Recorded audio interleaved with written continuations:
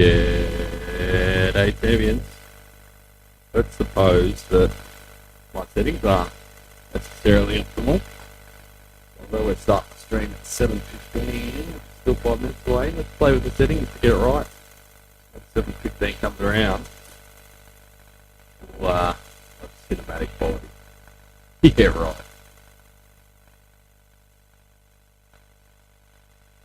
Uh-oh, that sounds sucks. Mark just sent me a pic. A bit of meat, maybe.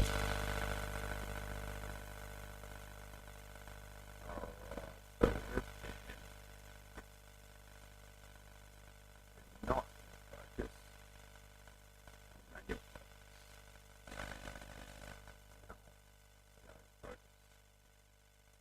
Otherwise, audio distracting. Okay. Got noise reduction on there, so maybe it's something to do with that.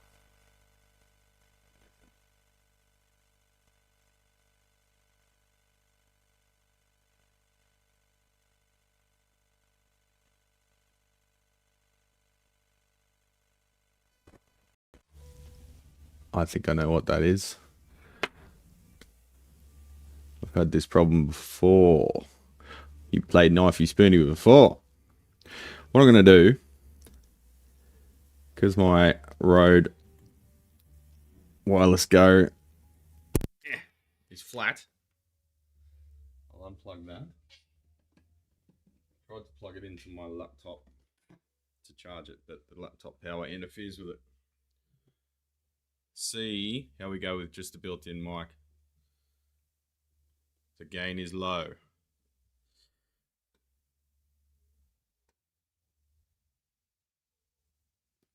Let's try something else.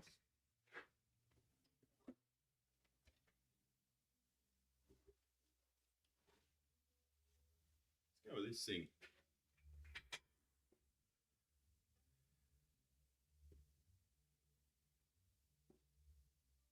Little fluff ball.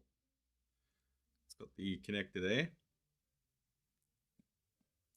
which should engage with the M shoe, whatever the fuck it's called, smart shoe. Alright, let's see if that works. Oh, that's way too loud. Testing here, yeah. Testing here, yeah.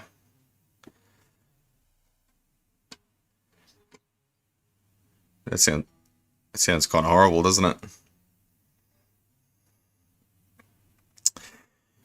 Let's just go back to built-in mic. We'll see how that goes. I'll just change my settings. Hang on. Filters, turn off the EQ. Turn off the compressor. Hey, yeah. Turn on the compressor. Turn down the makeup gain. Hey, yeah. Testing, hey, yeah. Testing, hey, yeah. Turn the EQ back on. But I'll take the high boost down.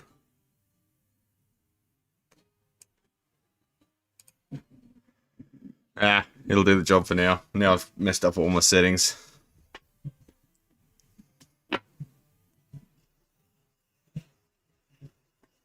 So how are we all? Let's see if I can get Droid Cam happening too.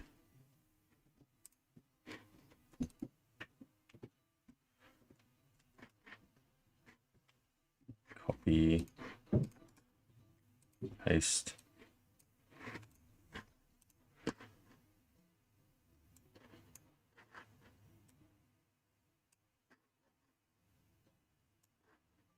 Mobile phones look terrible, don't they? That's the ultra wide.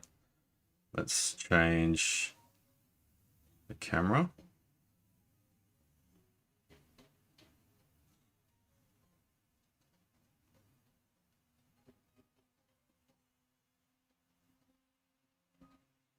Whoa. Hello, hello.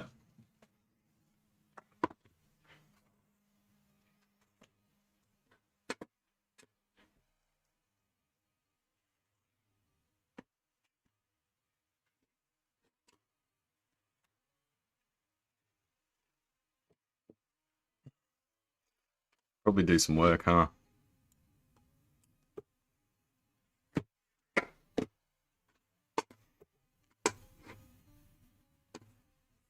Put that over there. Thing behind that. I should set up a good system for doing guitar stuff, but it's just too hard. It's all too hard, champions.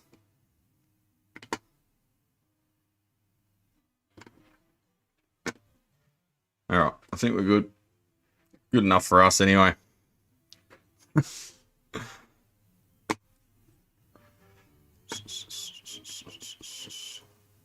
Hi Mum, hi Dad, hi everyone. So, just doing a refret to this left-hand lefty fender. It's a woke fender because it's lefty. I've defretted it last night and put some stainless frets in there, and I'm just at the point now where I want to clean out the slots and just gauge them properly with the fret saw. You can see it's got a little stopper on there, adjustable with those angled slots. And that one's loose. That's not good. So I just basically get the spline of the fret, hold the fret on there, and just see that there's about, say, 1/2 mil spare beyond the end of the tang. And that's where we want to be. Sometimes there's not much play on these things, but sometimes they move a bit when you tighten up the grub screw, the thumb screw, so I just double check it. So this one's in for a new set of pickups, a full rewire because someone's gone pretty crazy with the wiring, as is often the case. There's not many guitars that come in correctly wired, So yeah, that refret. The nut's okay. I did offer him a bone nut. He said he may do that in the future, but budget-wise, he just wants to get away with this refret and new pickup. I'll just put Roid Cam over here because you're getting smashed by that overhead light up there. You still are.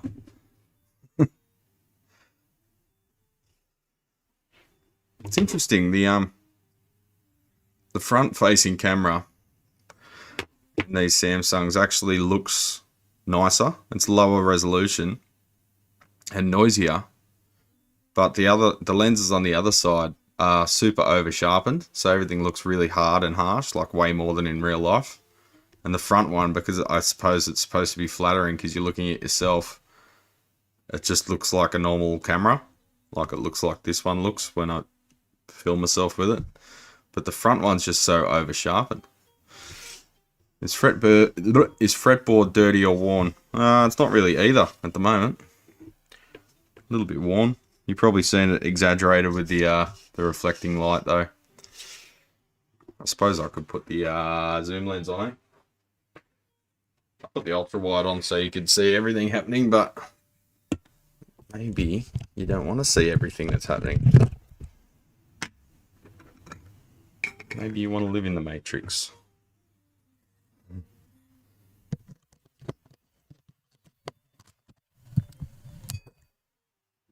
Take the lens cap off. It's generally a good idea, eh? Try and center it. The fretboard.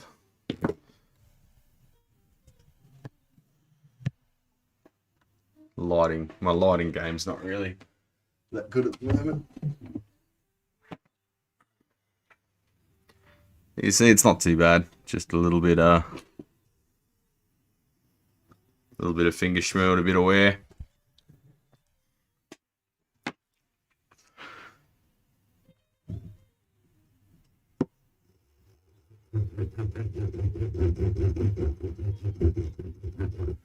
You've got to keep the saw very straight for this, not slip out.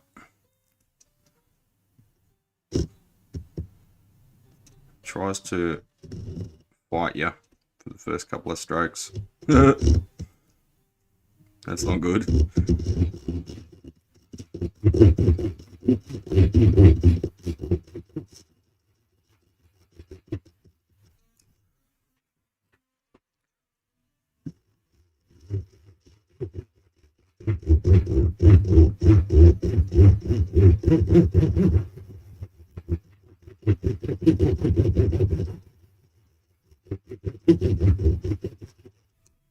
So all we're really doing here is getting rid of any residue in the fret slot, and just making sure that's the right gauge for the fret wire we're going to press in.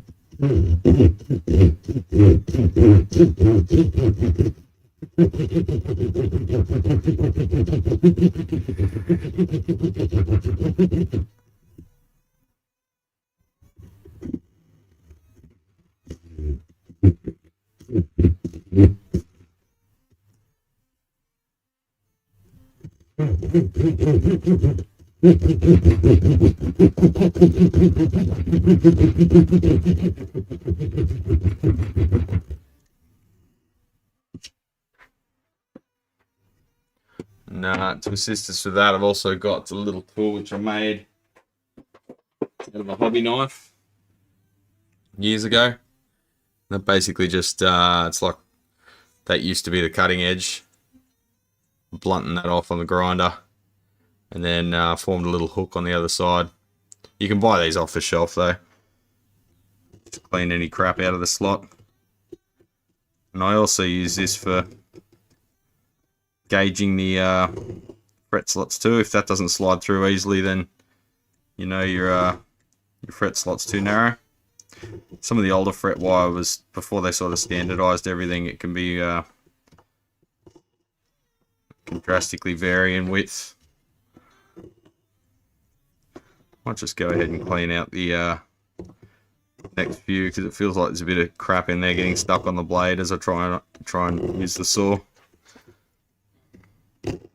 Pretty sure they didn't use glue from the Fender factory, at least not in this era. This is like a, what year is it? Early 90s, 1992. Strat neck.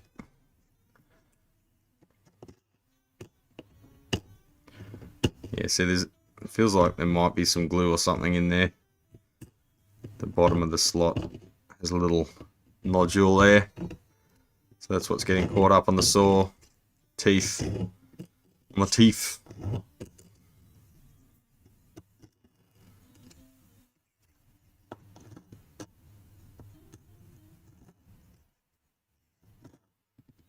I don't really show any guitar work.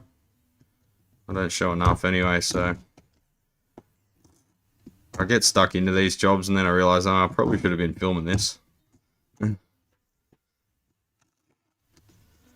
With the amount of work we've got in the queue, I just need to head down, arse up at the moment.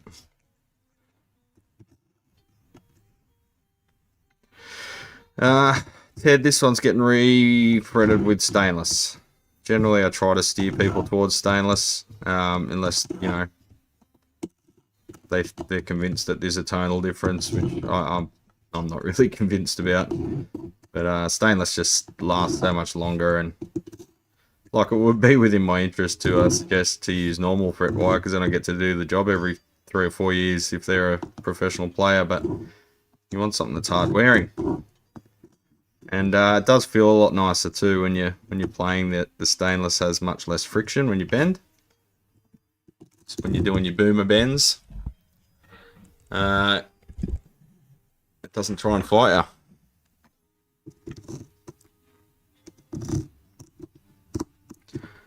So this is the other reason why guitar stuff can be a bit trickier to film, because there's much wider camera angles. You've got to constantly move the lens, move the make sure everything's framed properly. So filming the guitar stuff's a bit less convenient than the guitar stuff, the electronic stuff. Sorry, electronic stuff. You know where you're working. You know, oh, I'm working on this switch. Let's show this switch. Let's show this. But usually the electronics is about. It's just easier to film with a constrained space.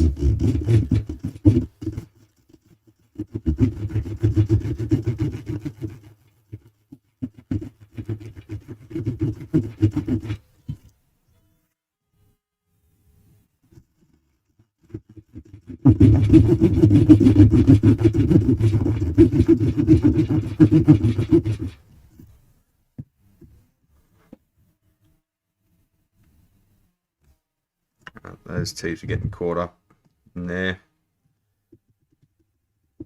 If you force it, the blade bounces out of the slot and you put a big score across the fretboard, so can't force it. You gotta find out what's stopping the blade. See that? It doesn't want to go anywhere. If I force that, the blade will bounce out and skate across the fretboard and put a big cut in it.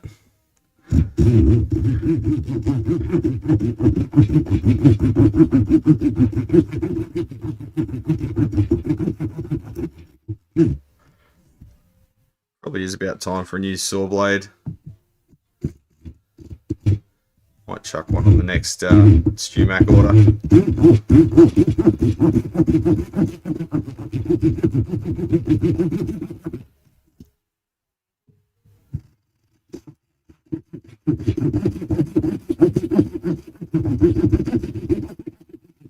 Probably get rid of the noise suppression on this so you get a bit of ASMR. Let's see, I'll probably get flagged for the jazz playing in the background. See how that goes.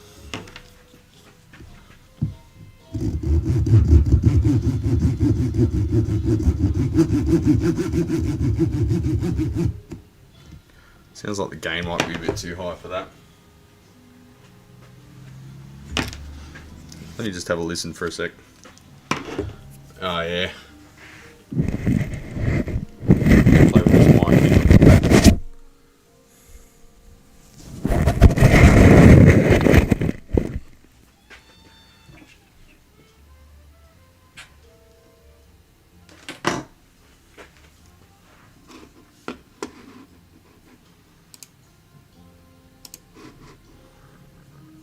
Let's turn off the EQ for the moment. Sorry about all the settings. I'll set this up properly one day, Tumies.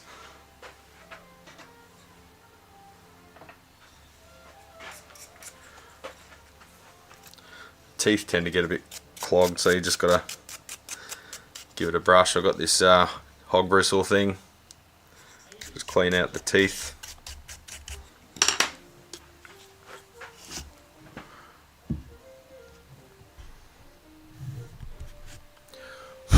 That's the other thing with filming the guitar stuff, the lens and everything gets sawdust and stuff on it.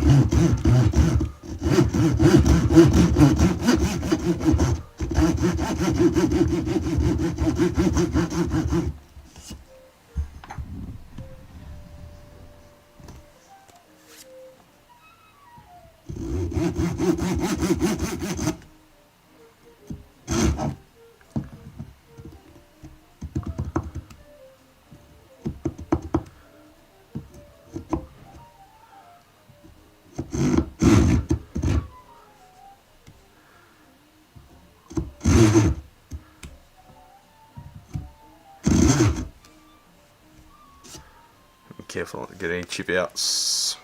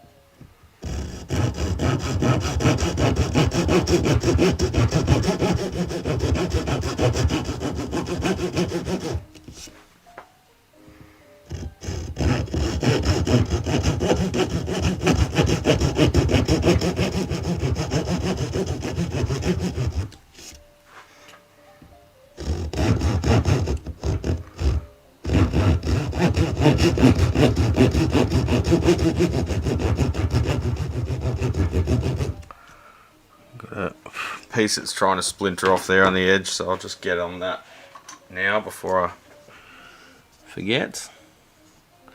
Tiny bit of CA glue, the thin stuff, and a little bit of 1/4 inch masking tape.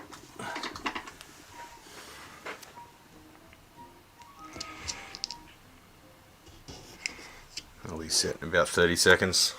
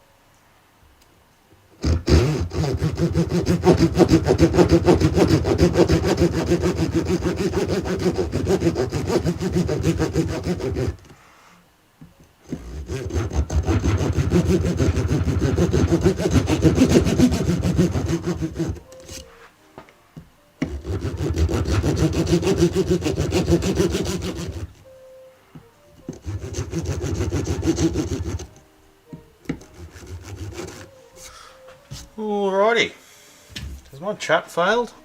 Everyone was chatting and now all of a sudden it stopped in its tracks. No, just no one's chatting. Okay. It's funny how you get a stream of chats and then all of a sudden it stops for like 15 minutes and you think something's gone wrong, but it's just no one's decided to say anything. So what are we all up to today, champions? It's Friday morning here.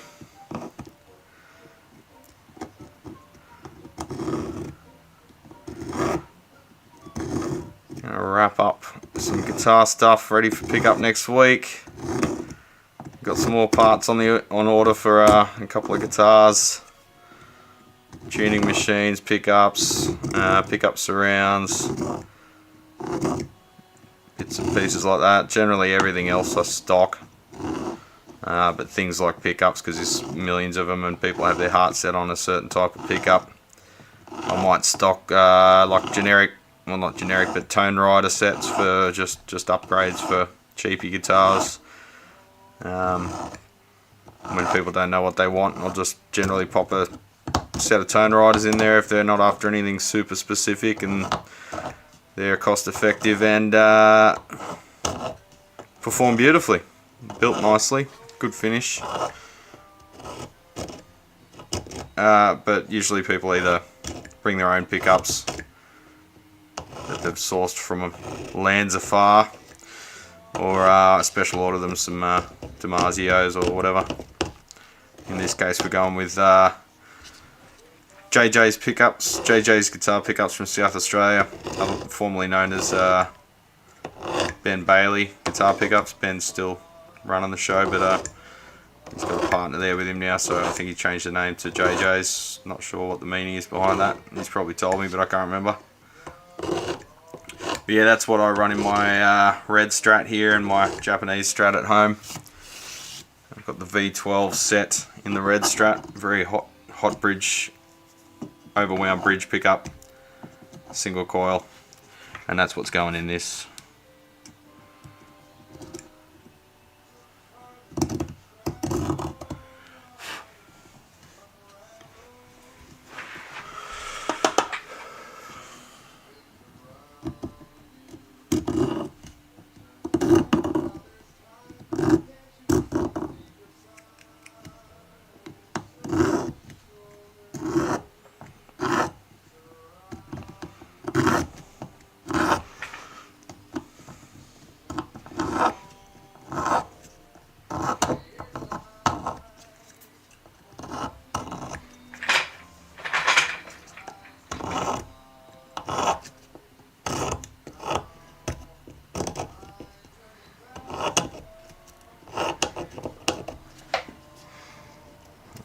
Bit of cured glue there, yes we do. Just a little razor blade to clean that up.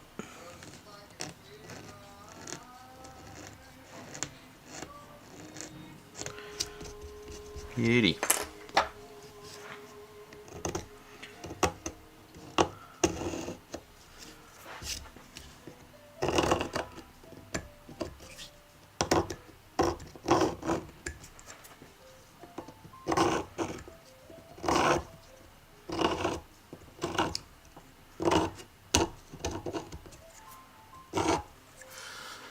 Alrighty then. The lineup for last weekend's show made up for the hippity hop show I had to shoot a few weeks ago. Samantha Fish. Were you doing photography or video?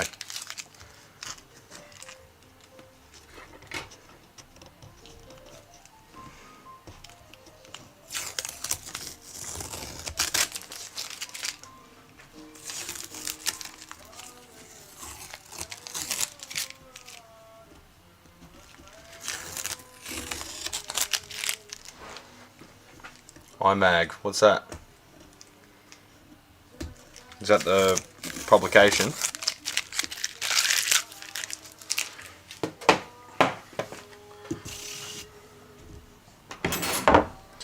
Let's get rid of our neck cradle for a minute. Actually no, I could still use that. Just trying to think of what works with the camera.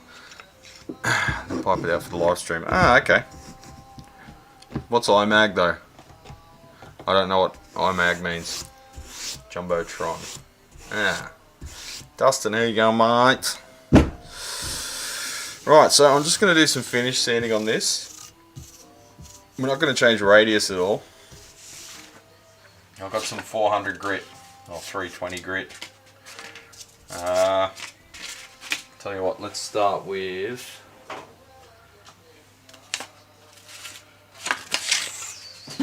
600 grit. The neck finish is pretty, fretboard finish is pretty good. We're not going to get the finger divots out. There is a little bit there from 2 long fingernails. I'm just going to sort of smooth it off. Just get rid of the cheesy residue left from where the old fret edges were.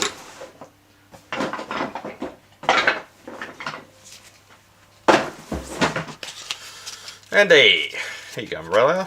I went to say buddy and brother at the same time. How you going, bruddy? Brother?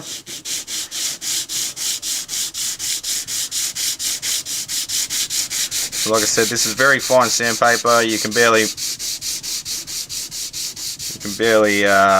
bite into the fretboard face with it, so we're not changing the radius at all.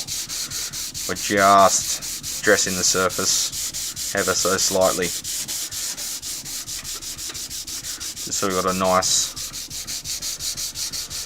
flat fret seating area without ridges of the pre-existing shmoo. I don't want to run a rag across this because you could lift grain at the fret edges. So nice bit of smooth sandpaper is your best bets. As you can see there, it's barely biting in, but it's slowly dressing the surface there.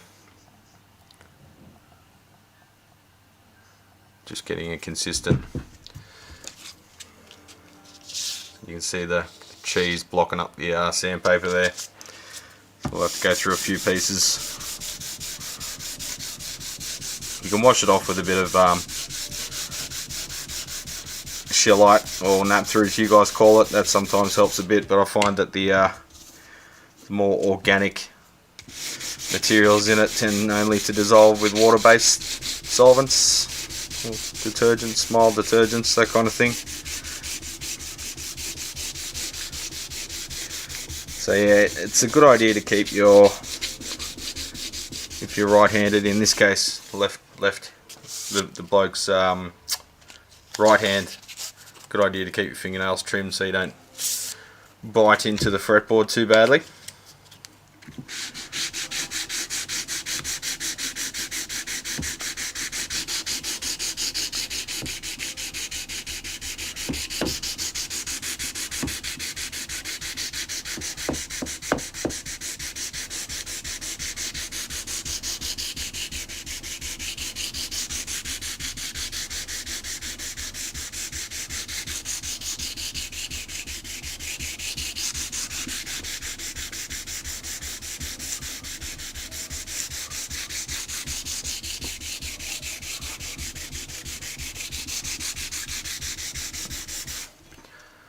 Alright, so that's sort of our sacrificial piece. You can see it's well clogged with all the stuff on the fretboard face. Just grab another bit. Now we've got rid of most of that.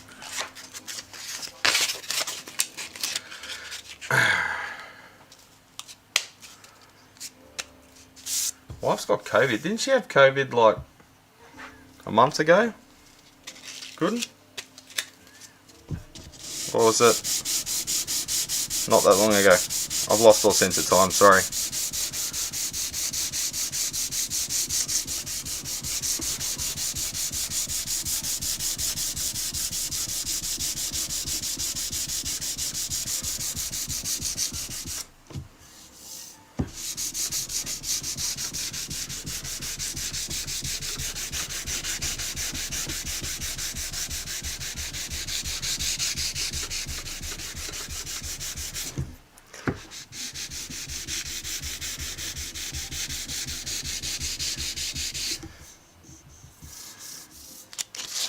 I might go the rest of the way. Just hand sanding.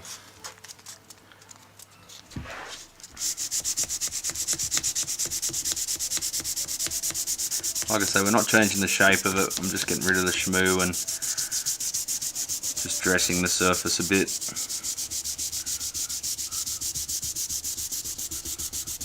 Hand sanding, I'm hoping to get a little bit down into that fingernail erosion.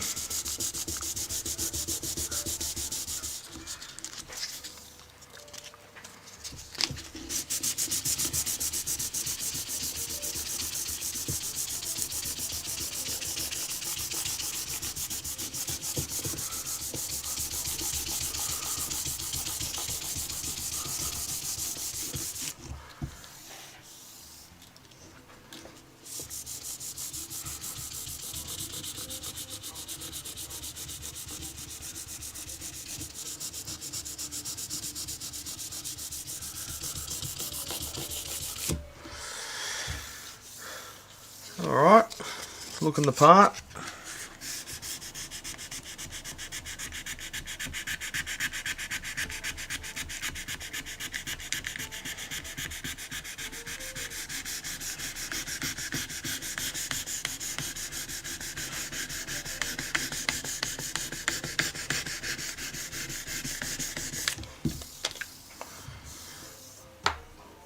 Now we've filled slots with sanding shmoo. Just take the majority of that out, then give it a vacuum. Start cutting our fret wire. Put a radius at first because it comes in straight lengths. You can get it in coils too, but I prefer the straight lengths because it's a bit more consistent to roll to the radius you want.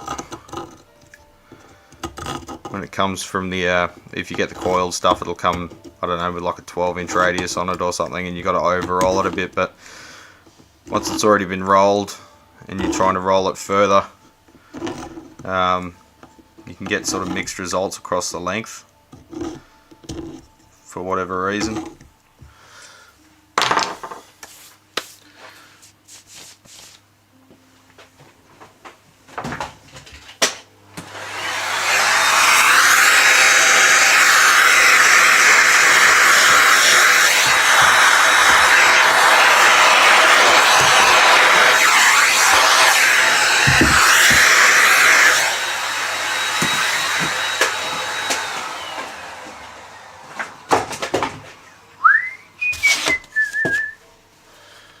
How you going, Road? Are you charged yet? No. It's a 92 Strat Colby Jack. Welcome, by the way. Alright, so here's our fret wire.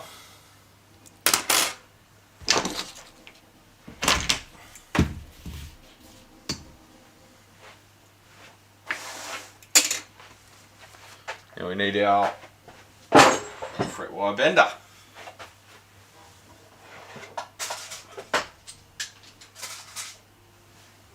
Oh, there's me block plane. Been looking for that. I thought I had it at home. The Veritas low angle block plane. Beautiful thing it is. Made in Canada. can adjust the input bed clearance. Really good for irregular grain stuff. I'll take that home. I should just walk around with it in my backpack because I use it everywhere.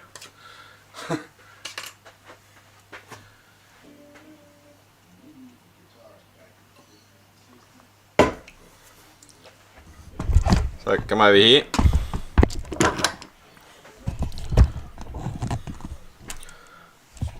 This tripod's kind of sucks, benchtop one. I'll do it this way so you can see what's happening.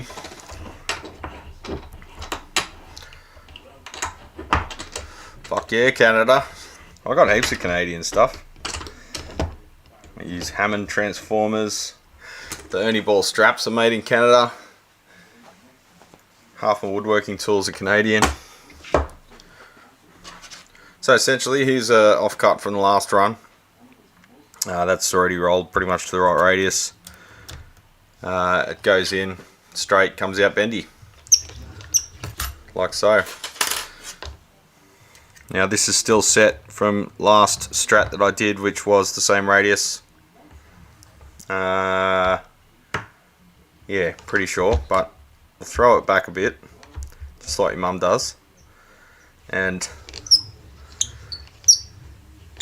just double check. And I don't set it on one piece because there's like a modulus of elasticity when it comes to metal. So when you machine it, it springs back by a little bit. So you want to run it all, process it all, get it so it all matches, then make your adjustment, then run it again. So yeah, looking at our piece, it's already radiused.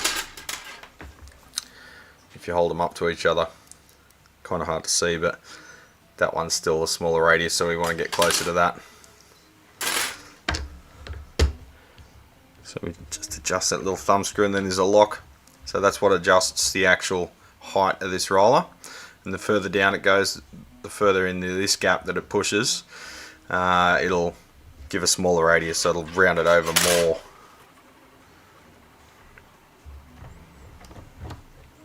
You sort of want to go in little steps and not do it all in one go. I can feel there's almost no resistance there, so I'll go again.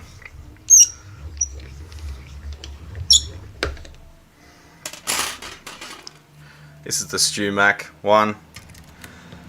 I'm just gonna build one. I think I did build a temporary one, but it was a bit of a shit fight. You can either engineer one and make it really good, or you know, it's a bit like amps. Like if you want a really good amp, oh yeah, I mean, with amps, if you want a really good amp, buy a really good amp. If you want to go down the rabbit hole of learning how to mass produce or learning how to build really good quality amps, then start learning. But it's a lifelong thing. If you want to get into the business of producing commercially saleable fret rollers, then yeah, maybe design one from scratch. But if you just want a fret roller that works, just get a StewMac one. If you don't want to become a fret roller tycoon. Alrighty then. A little bit more. That's right, Mark. Don't forget to smash that like button. Hey, Brad, sent you an email to sort it out. Sent you a... Let me fucking start again. Hey, Brad, sent you email to sort out sending you some coffee. I know your mailbox is probably packed, but just wanted to let you know to search for it. Yeah, I did see it. I've got to respond to emails this weekend at some point. I haven't had time, so if it's not like super expedient, I just haven't been responding to any emails at all because I just don't have time.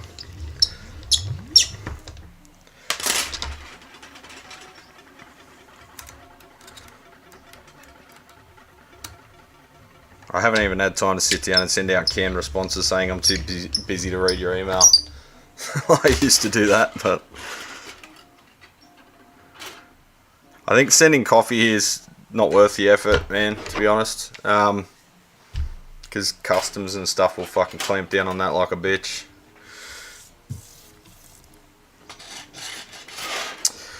Alright, so looking at our fretboard, I sort of hold a bit on there. You should see a little gap underneath, about 1/2 mil. When I slightly overroll it, so you're guaranteed the ends will stay down. Can I show this on the camera? No? This is really painful. Can you see that? A little gap in the middle? It's about what you want, because when you clamp it down, that'll hold down, but it's guaranteed that the ends will stay down. It's really critical that the ends stay clamped down, that they stay in place, because that's the biggest weak spot where the fret ends come up.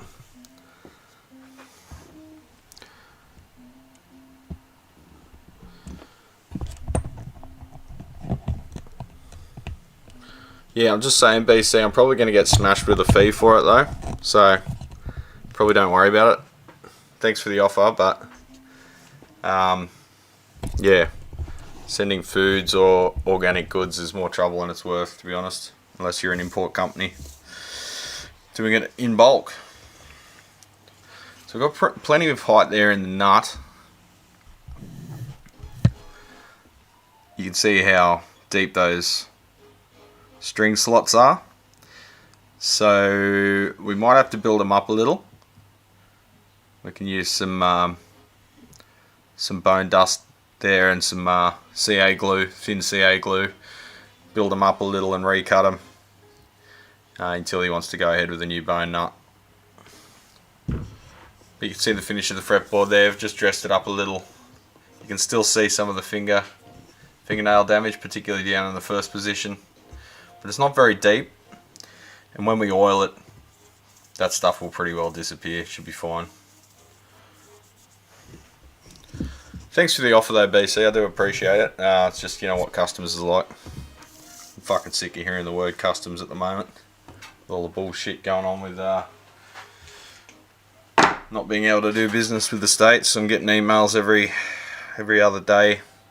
Had one from Europe, and the guy said, oh, I can't remember the exact wording, but it was something to the effect of, I'm going to get taxed 25% VAT and import charge, so can you please reduce your price by that amount? I'm like, how does suck me off sound, you fucking arrogant prick?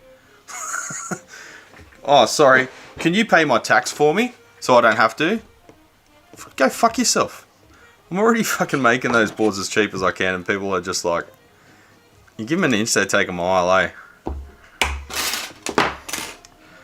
Alright, so there's my brutal stainless steel fret nippers from Hosco. I did look up this company. Kiba MH24A, and there's a few ones that may be contenders, that this one was maybe off the shelf. But they got hardened steel blades, which means you can't grind them or you've softened them. And none of them have this small an input to the jaws there. See, so they're not to a knife edge, because that's not how essentially bolt cutters work. They come down to a triangle point, but they've ground the tip before hardening to a smaller tip. So these aren't the bolt cutter ones that you get, you know, straight from the factory. Ever since someone sent a dozen rabbits. Yeah, something like that.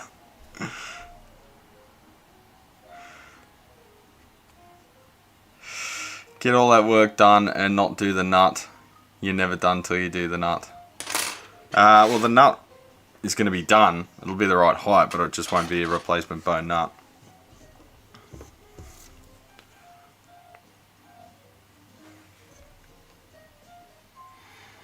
Charge 125 Australian dollars for a new nut, custom, plus the blank, which is about 14 bucks. It does take about an hour to properly do a nut from scratch, plus the wear and tear on the tools and whatnot. So for these, I'm going to cut the tang. How strong of an arbor press do you need for pressing frets in? Not very. I've got two. I've got the StewMac one, plus I've got a better Japanese one, which I use for everything now because it's larger. It's got a deeper throat, just like your mum.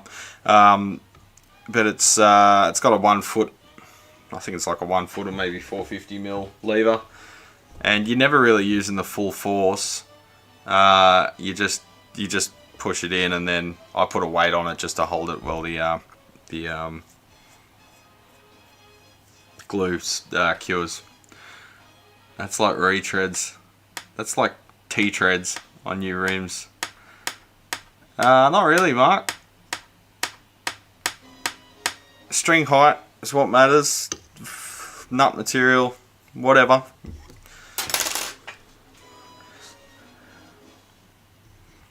I'll shape that nut later on, but I mean the nut material's not bad here. It's just building it up with with bone dust. It still works fine.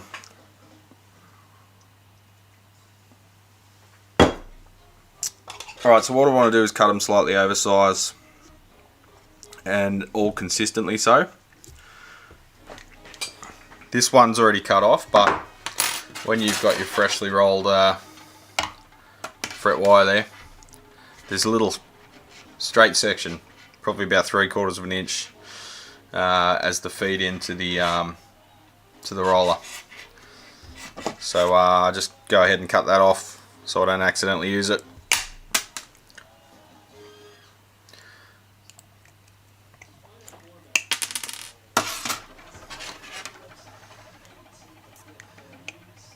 Yeah, it's about the same 6. I separate it up,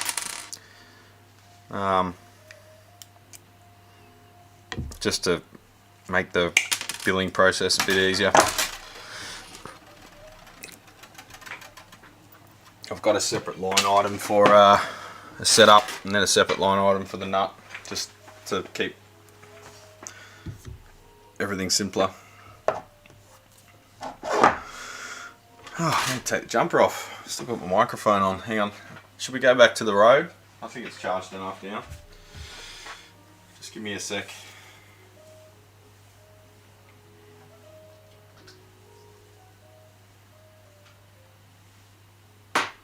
Oh, the building guys are milling around. Well, they've got a little crane on the back of their ute.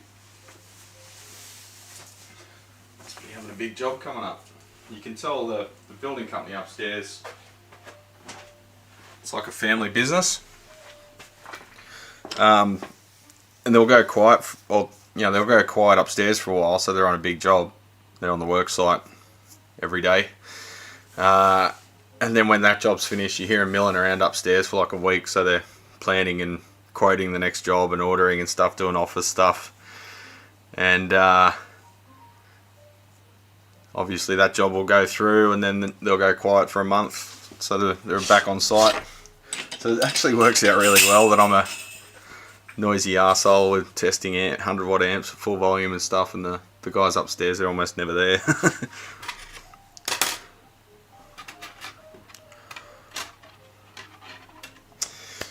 Should we go back to the road? Now I've fucked up all my settings.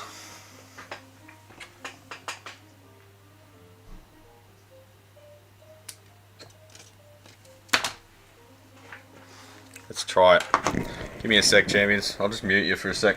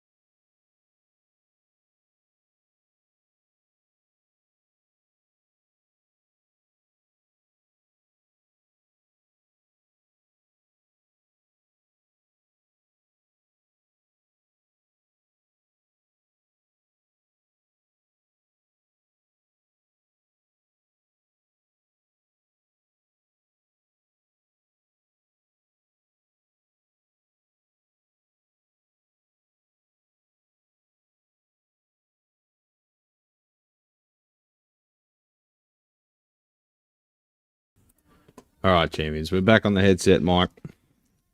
How's it sound? Sound all right? Thanks for sharing this. I've been tempted to invest in the tooling for this job as a retirement gig. Yeah, if you can do it. It is fiddly and tricky, but how does it sound? All right? Yeah, it'll be sound all right. Yeah, as a retirement gig, it's perfect because you can relax, take your time. If you don't have a million jobs, if you hyper specialize in refrets like some of the guys in Sydney do, you can get really good at it. And with not too much investment for refrets, you don't need a hell of a lot of tools. It's not like electronics where you've got like 50 billion fucking tools and you've never got enough. But yeah, it would be a cool retirement gig. I don't know if you guys like before you sort of started in some career or some job at a new place, you sort of envisage what it would be like to work there.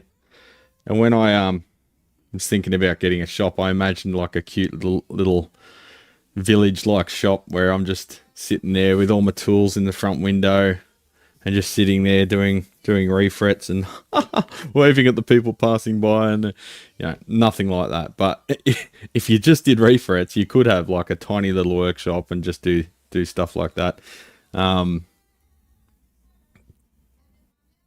Things like neck jigs start to get a bit exy, which you do need quite often. A lot of necks you don't need to go down that rabbit hole. Like you can just use them on a straight edge like this and it's all good, like a cradle like this I mean.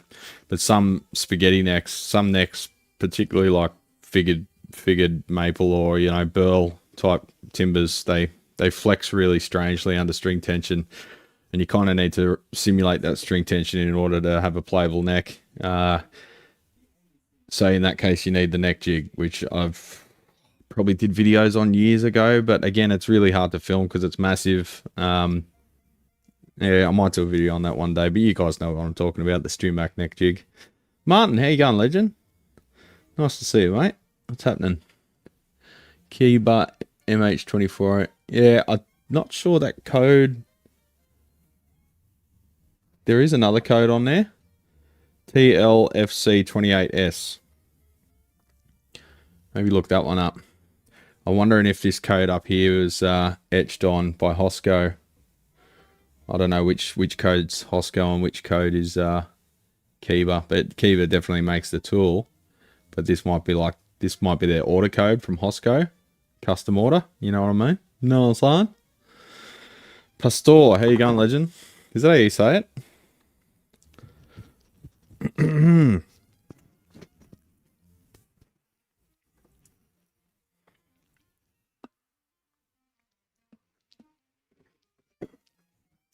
Right, what was I doing? Oh, I've got this little chucha with all 24 holes or 26 holes drilled just to put the frets in. Alright, so we can just go bang, bang, bang with this. So I just overhang it by about 2 millimeters, maybe 3 to the extent. And cut off the other side. And move on. They're not really flush cutters. Well, they kind of... You got to be careful because it sort of pulls the fret in as you cut it too. So you probably want to go like 3 mil overhang on one side and you'll have about 1.5 mil either side. A bit can go away. These are really required for stainless. For non-stainless, you can get away with just these ones. These give a nicer cut because they're right up to the flush face. But you'll destroy them with stainless. Stumac says they're usable for stainless. But yeah, I have destroyed sets, particularly the jumbo fret wire. The real thin gauge stuff or mandolin type stuff or whatever you might get away with, but they're just not suitable for stainless.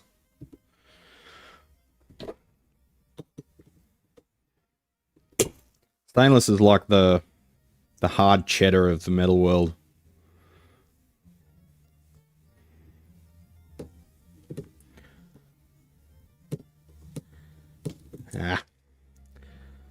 If you don't grab it perfectly straight, tries to push the fret wire sideways as you cut it, and you end up munching up the tang. I know it's as pleasant as munching tang sounds like. You're trying to avoid it in this situation.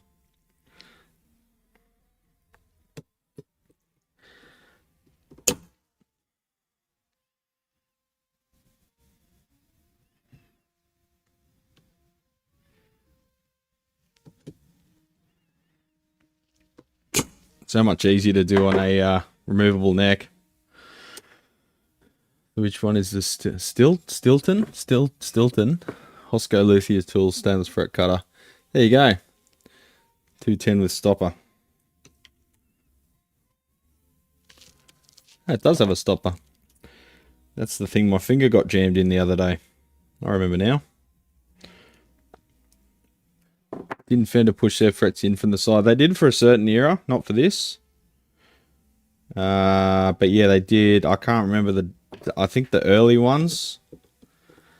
I think there was a period from like the early 60s till the late 70s or early 80s that they did. But they didn't do it the whole time, no. Six probably knows more about that.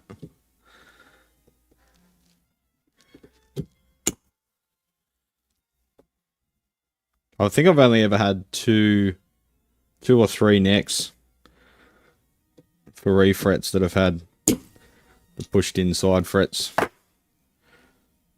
Frets are trying to fall over.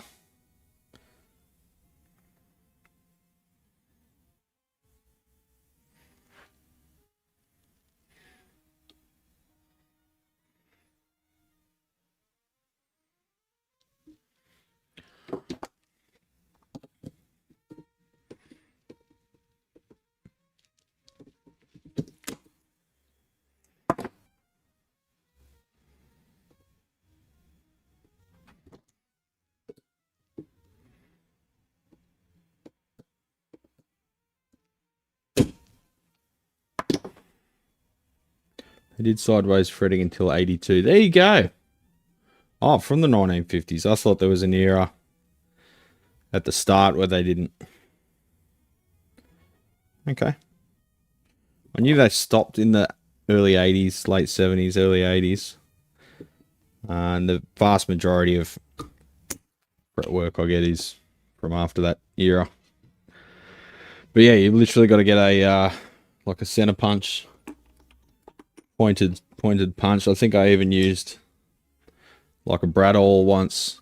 So you get it on the end of the fret, it bites into the end of the fret, and then you tap it out sideways. It sounds scary and messy, but it actually works rather well and doesn't break out.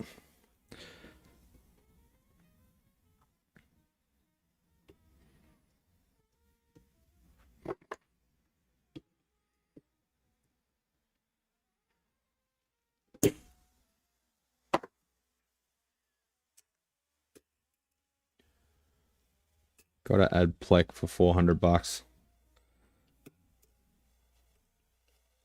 Plecs are great. I just can't afford one.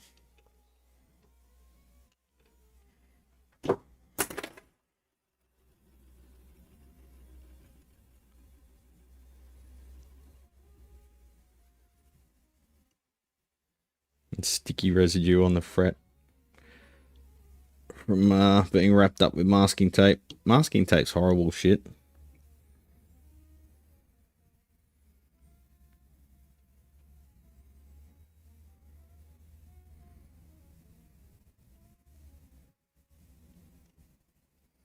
That slot feels a bit narrow, the 12th fret. I have a 16.5-pound Wagyu beef shoulder clod. I think you meant shoulder clod in the speaker, in the smoker speaker. Fuck. I use an engineer's scribe, perfect size tips, hardened, digs right into the fret material straight outside. Yeah, I remember seeing a video of you doing that years ago when we first met, I think.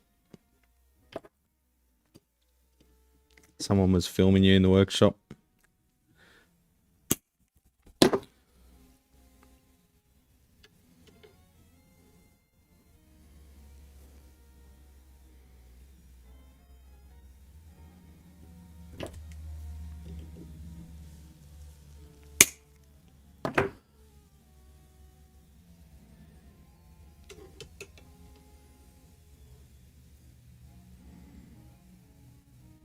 Yeah, it makes sense why they did it 6.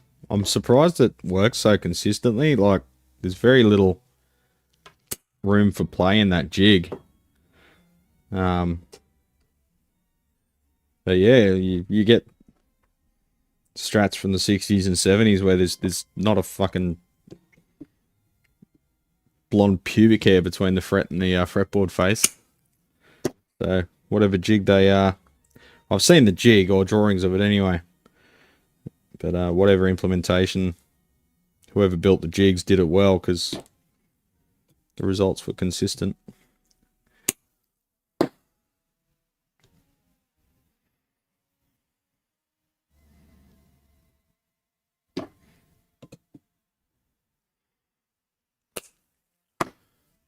Whoop.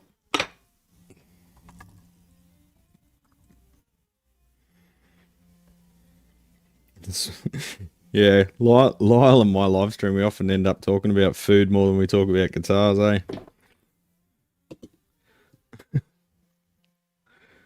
Damn it, lost my spot.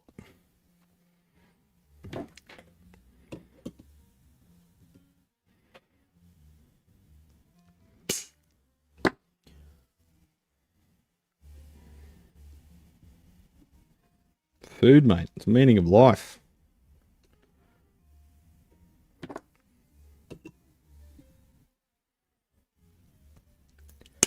Ah, that's the off cut. We could save that.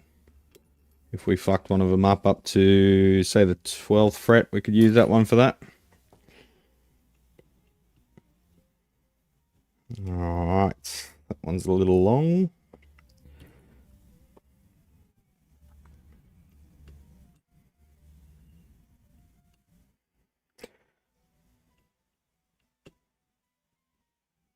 Right, so now what I like to do, I'll put them in the fret holder. Do I want to? No, not yet. I like to file one end, because it is stainless. I like to get it as close as I can to the neck width before pressing them, because grinding them is a fucking pain in the ass once they're in the neck. So, I'll change my camera angle. Once that stubborn arsehole stays in there. And you can listen to some horrible filing noises.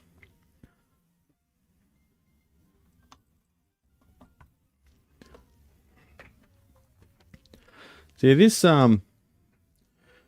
mic came with the camera that I bought Shell for a home video conferencing for work. Just realised this fuck all light over here. Ah, so annoying. Hang on.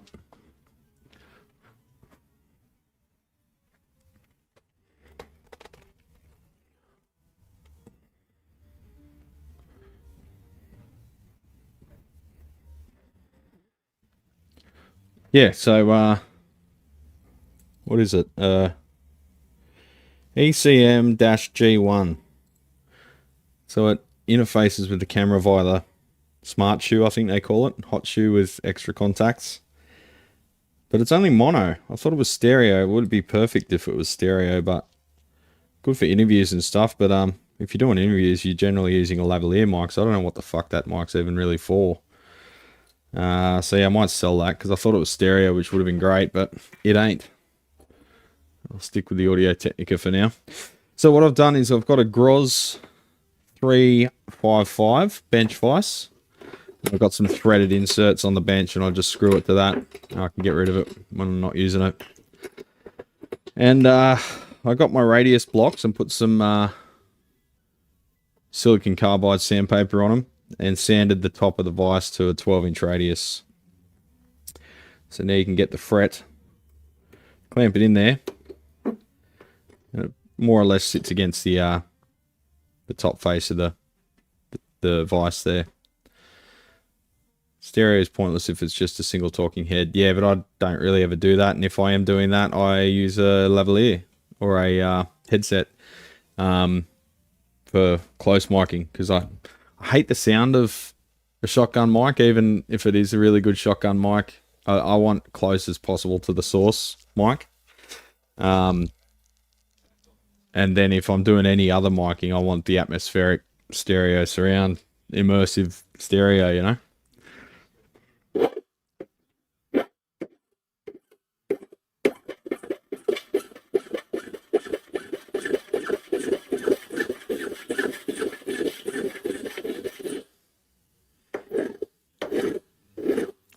So I like to file them to about a, I don't know, 20-degree angle or something. And then nip one end, trim the tang. This is still set up from using this same gauge fret wire on a previous job. This is the StewMac something or other. Again, it's got like the mechanical advantage of that, almost like bolt cutter sort of design. But it's got this intricate set up here. Let me just change something. Here we go. So you can see this crazy fucking design here. It looks like it's cast, like sintered. Not sintered, like, yeah, like a casting. But it's got a little stopper there, and it's got a replaceable die underneath. You can see that edge down there. That's actually a replaceable die. And it's got different dies for different fret gauges. And they come with the tool. And then it's got the pressed metal stopper. Very intricate build on this tool. So that stops the fret. So once you've filed it, you put the fret in. There's a little hole there for it. You can see the little groove that it sits in. Sorry, I'm trying to do this ass about and back to front and upside down. It's focusing on my hand instead. You see the fret sitting in there? It might be hard to make out, but the tang has its stick in the vise. And it's up against the stopper that I've set for a certain overhang. And you just bloody go for it. And off flies the tang. You got a nicely cut little overhang there. Now, normally you got to change it for each fret wire, all the different settings for each different gauge of fret, height of tang, all that kind of thing. But because I have this set up from the previous job, it's ready to go. So now what I do is just, I'll do all of these in one go, but I'll just show you what I do before I forget. Is I give it crutch cam. Hey, right here, buddy. Hey, I'm walking here. So I've got my copper-faced hammer. And I overhang it. Probably by about 2 mil of the tang. And just give it a couple of taps. And all the frets go flying. Now I won't do it now because I've got to do it when they're all... So if I tap on the bench, now all the frets have fallen out. So I've got to do that when I've got them all sitting in this. And now I'm overexposed.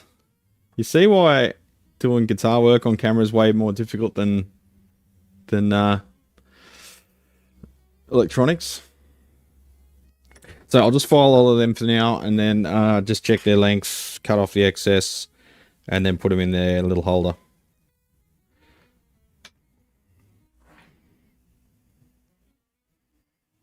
If you're going back and forth between two workspaces, two work areas, you try and show stuff in detail, and then it focuses on your hand instead of the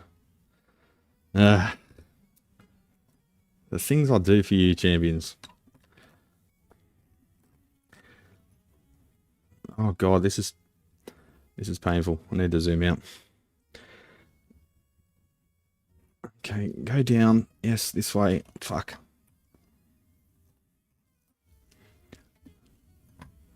Why copper instead of brass? Because they don't make brass ones. Well, someone probably does. I don't know. That's just what I bought. Copper tone.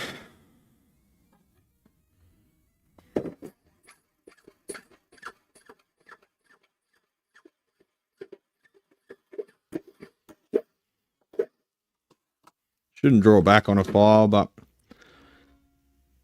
it's stainless. Like I said, it's like the cheddar, firm cheddar of the metal world. It's not exactly fucking titanium.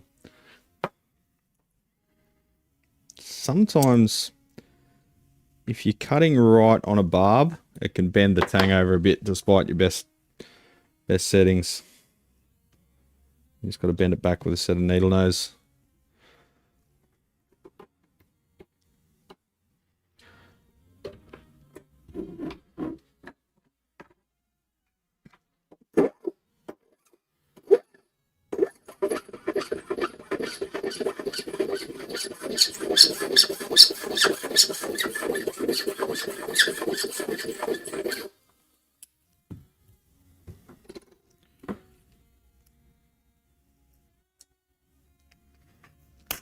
At 8:23 a.m. Just trying to get a jump on stuff before I open the shop.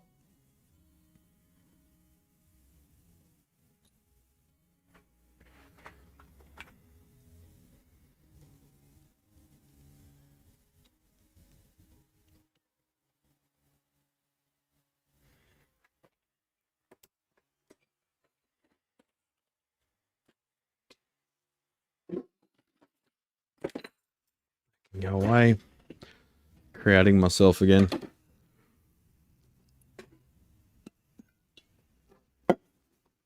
Time to go for another coffee soon before the shop opens.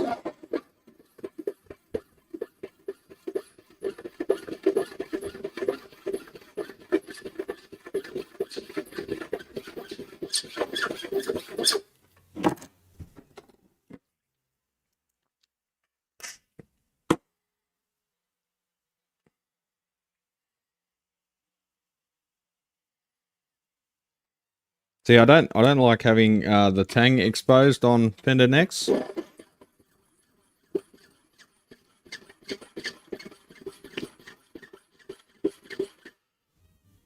Partially because getting it flush with the finish without biting into the finish at all is difficult. Unless you're refinishing the neck. And there's no scope for slight timber movements at all. If the timber shrinks even tiny, like marginally, you'll feel the ends of the fret straight away. Whereas if you cut the tangs, fill them with a little bit of matching putty, a drop of thin CA glue on each bit of putty to seal it and turn it into a solid chunk, and then maybe a dab of lacquer over each tang, hole. If there is any movement in the neck, only the crown of the fret will become proud of the fretboard edge, and you can easily just run the diamond hone across that, a couple of runs, and it just takes that knife edge off and you don't feel the edge of the fret anymore. From the factory, it makes sense to have the ends of the tangs showing as long as your timber's well seasoned, because you can sand it flush with the timber very easily before finishing. But for refrets, I prefer to cut the tangs and fill in the gap.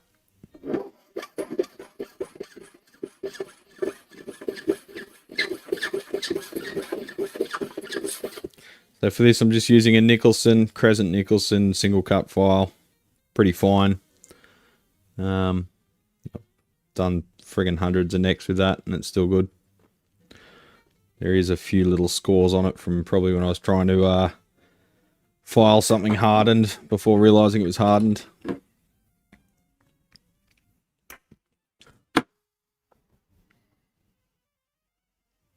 We had nachos last night, in fact, with my slow cooked Mexican beef. We cook a big batch of it and then in the slow cooker for like 12 hours. And then just freeze it.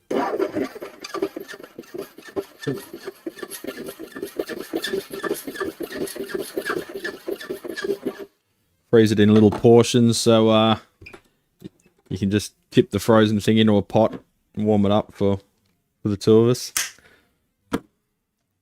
Just the two of us.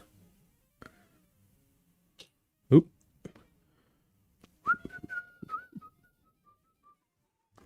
Listening to jazz.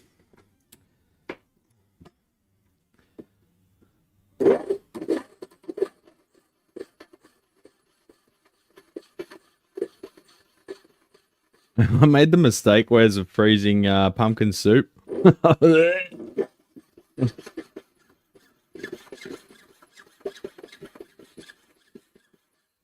I don't know if there's a way you can do it. Maybe if you blend the living fuck out of it so there's literally no tissue structure at all left, then you can probably freeze it. But yeah, I don't think we blended it enough. It was beautiful when we had it, but if you freeze it and try and reheat it, it separates into like water and what looks like fucking raw sewage.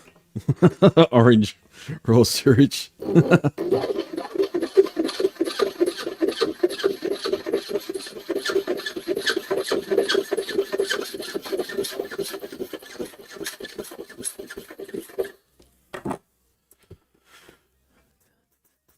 Portion is important. Avoiding watching TV while eating can prevent the hindbrain from taking over and yeah, the hindbrain is that what you call it? I find the best way to avoid overeating is just have like 3 beers before you have dinner. Because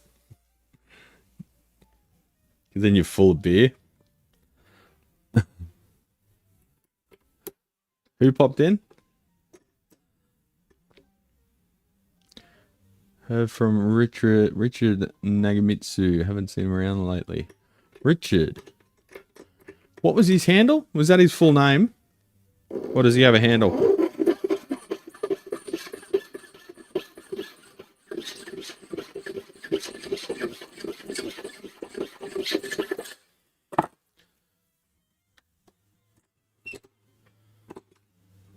Just Richard. What? That video game stream was fun. I should do another one of them. But maybe organise a Q&A ahead of time so I can answer stuff while I'm playing the game. I want to do a Commander Keen one. Taking it right back.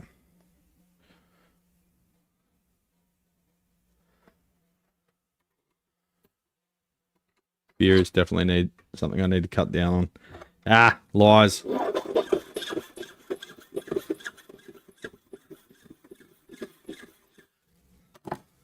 Not the beer that's at fault. I mean, I know heaps of raging alcoholics that are built like bean poles. But they don't eat. That's the difference. So you've got to be a full-blown alcoholic where you just don't eat because it gets in the way of beer.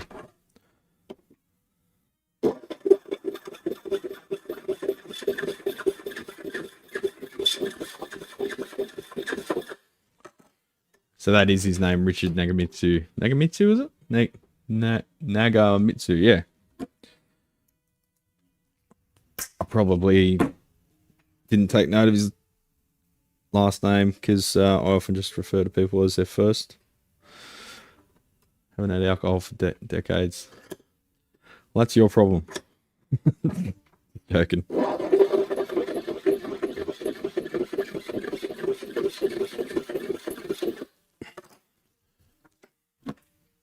I've been going off the IPAs a little bit. Having said that, I just bought a case of them the other day. But I've been going for the English ales, which I tend to do in winter, but I don't know, I might keep having the English style ales. Fat 9, hang on, what? Beer has about 7 calories per gram. 7 calories per gram, really? Well, carbs and protein are 4 per gram and fat 9 per gram. But what's the unit per gram? That doesn't make sense. I'm skinny. I should start again. Yeah. 0 carb beers are also a thing. Yeah, but they usually taste like shit. Yeah, there you go. Having sex in a canoe. Fucking close to water. Brad, do you prefer this sort of work to electronics? No, not over it. I like alternating between them. Like I'll have a week just on the guitar stuff, and then let's move this over here. I'll have a week just on the guitar stuff, and then a week on the electronic stuff. The electronics can be a bit more stressful because you got to figure shit out, and no one necessarily will help you, and there may not be enough information out there, so you've really got to think outside the box.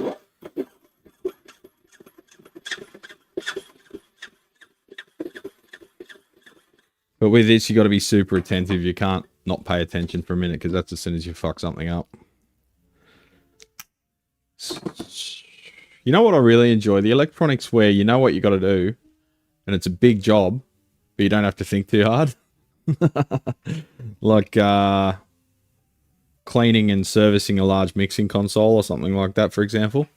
Because you can just charge by the hour. There's a lot of work to do, but it's not necessarily open-ended puzzle shit. I don't know. I kind of love it all, eh? I love doing this stuff because it's satisfying to see the finished product. And I love doing... I do enjoy doing refinishing work, but there's so many factors and so many pitfalls. Sometimes you do everything exactly as you should, even on the same model you just did, and it doesn't work for whatever reason this time, where it used to, like surface contamination or who knows.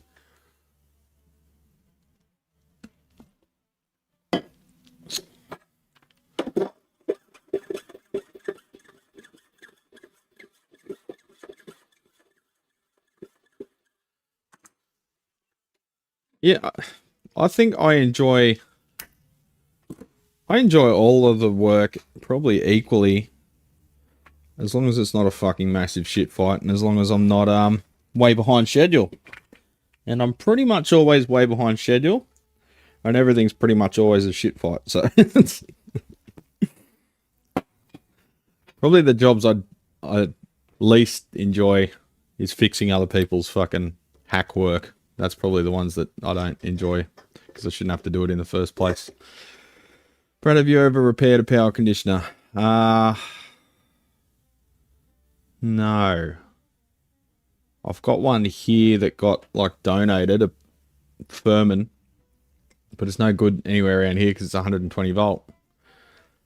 Are you having issues with one, Wes? I know how they work.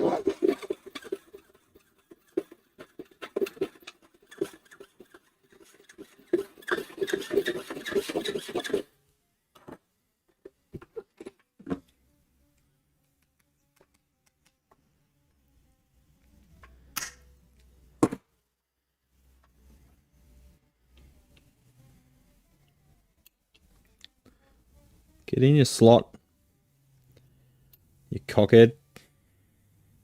You too, arsehole.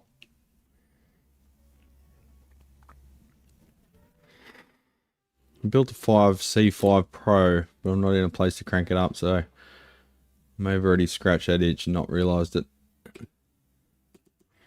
Now, there's a client who dropped off a Blackline PG1 today. I've never heard of that.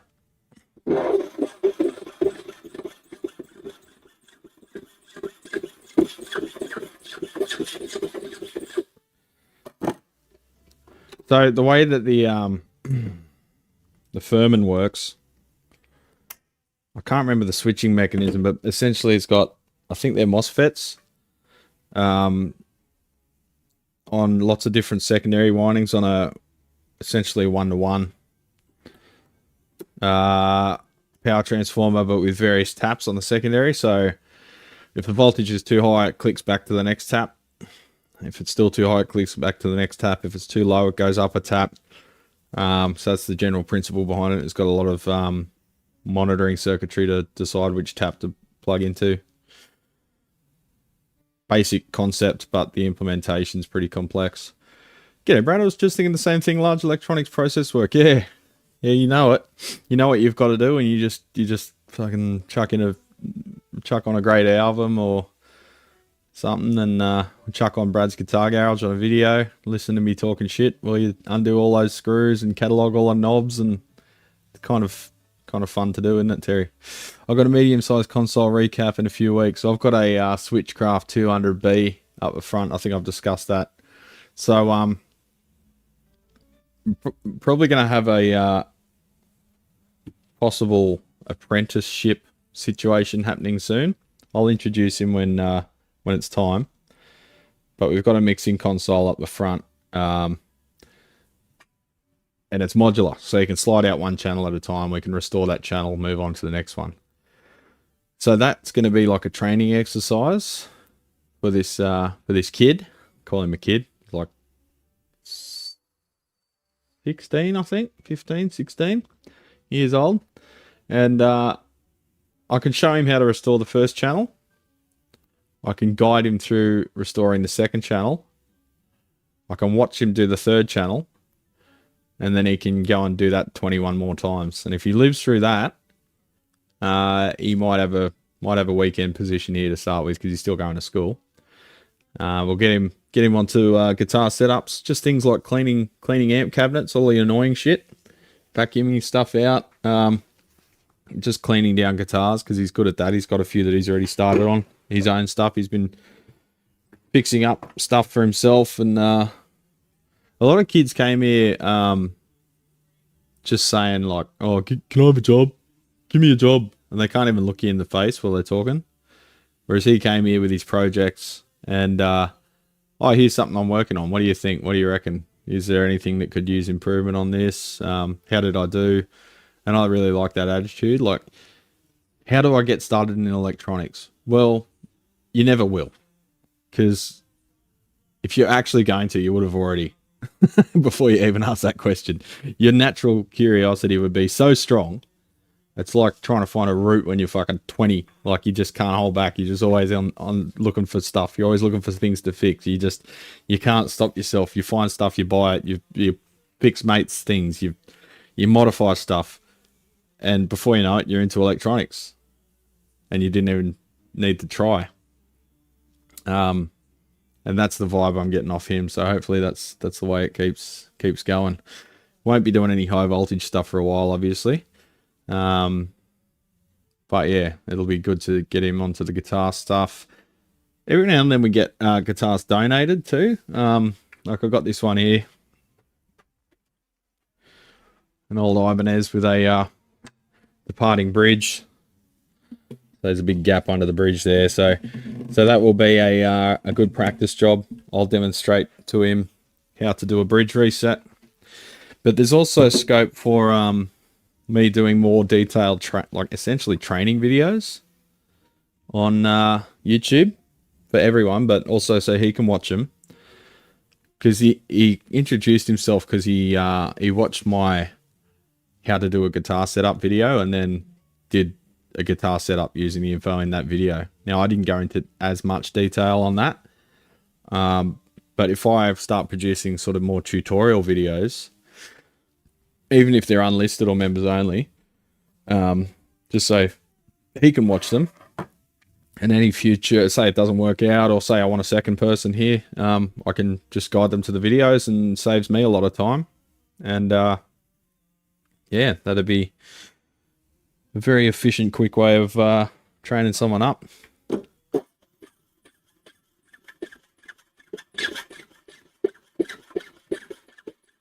Because my biggest issue is if I'm over their shoulder showing them every little thing, I've got no time to do admin or my own work.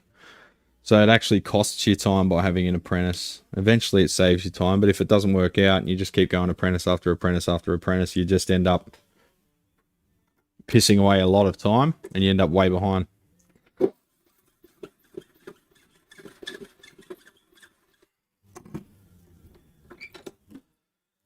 So if I can just refer them to a series of videos, like maybe like a progressive thing where it's like class 1, this, class 2, develop deeper into that school of thinking, class 3, we go up to the next stage, blah, blah, blah.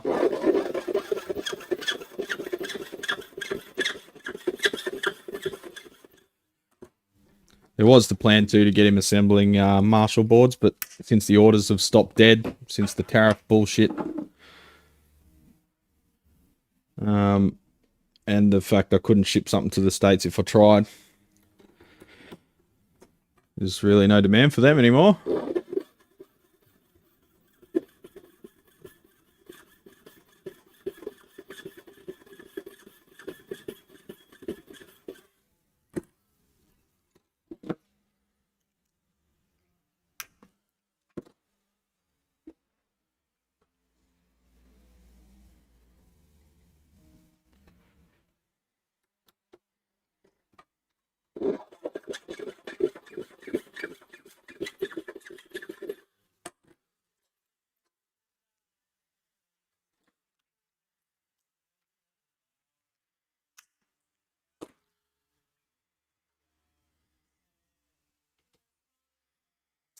All right, champion. So what I'll do, I'll take you over to the guitar again.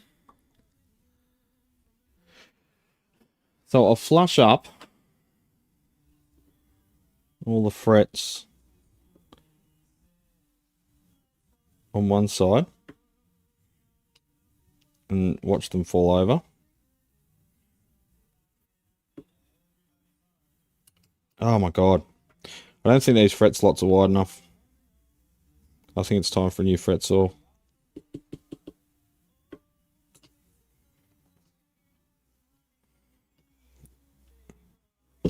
Ah, fuck me.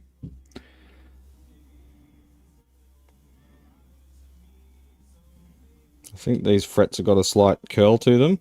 Like they're not just curved, they're twisted slightly.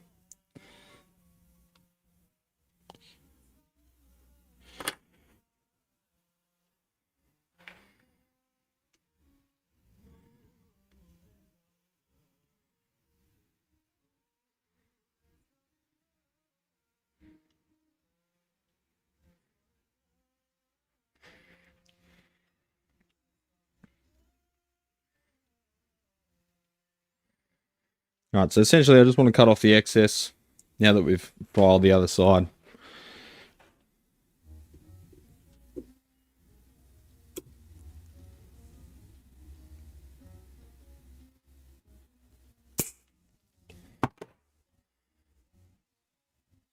Seems very fiddly, and it kind of is. But it's way less fiddly than having to file the fret ends for fucking half an hour once they're all pressed in. Like I say, I try and get them as close as I can to the finished length before pressing them in, because it saves a lot of work later.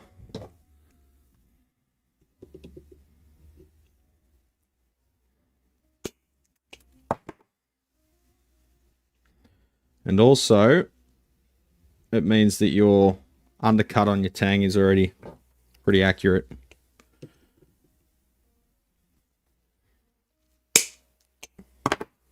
I think that one got stuck in my beard.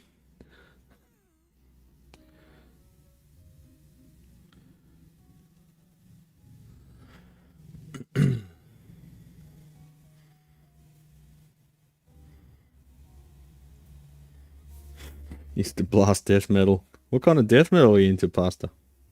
Pastor.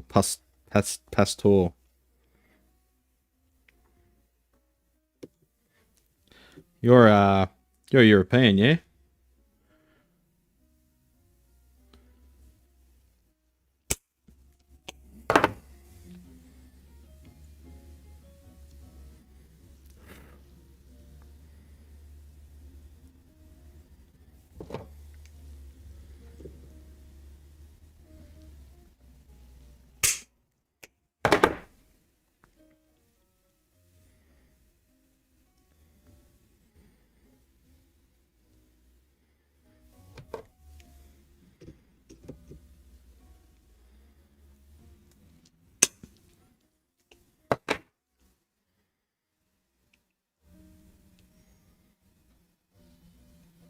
That one's not quite long enough to flush cut, so I'll just have to file a bit more off that one.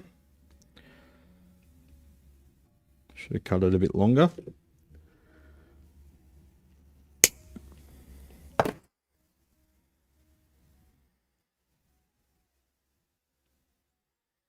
It is very fiddly work, but it's pretty rewarding when you get it right. Not a job you want to rush.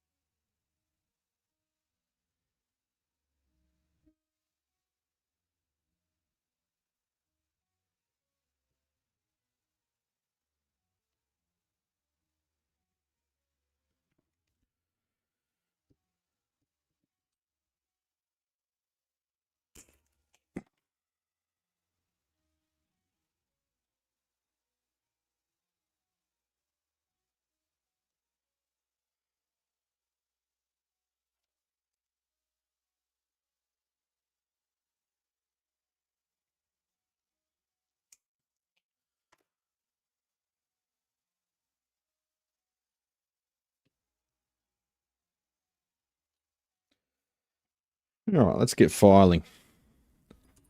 Oh, I just bumped it with my arm. Fuck's sake. Be so careful not to bump anything when you're doing this shit, because they go flying, and imagine sorting all of these out. Ah. Stretch.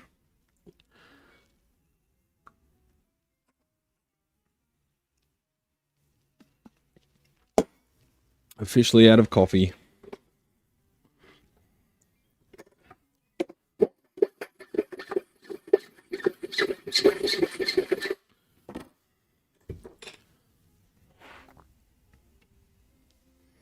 Alright, looking good. Just check them one by one, and then they go into their little fret hotel. That's what we should call it. The fret hotel. I'll label it.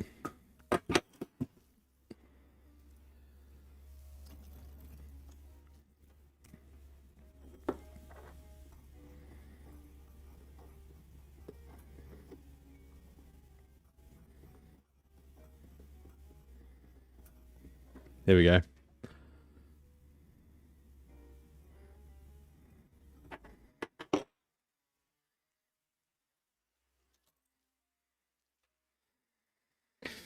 Next.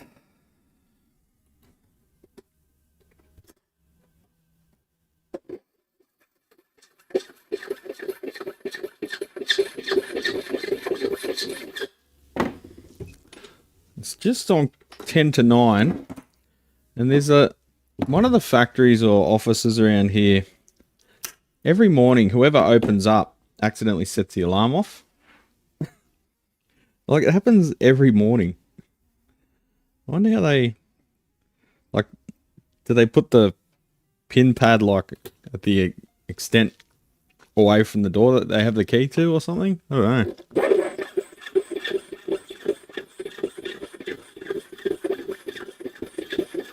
Or do they get in and they're like lactose intolerant, so they've got to take a massive shit after their morning coffee, and then the alarm goes off and they just deal with it every day? I don't know.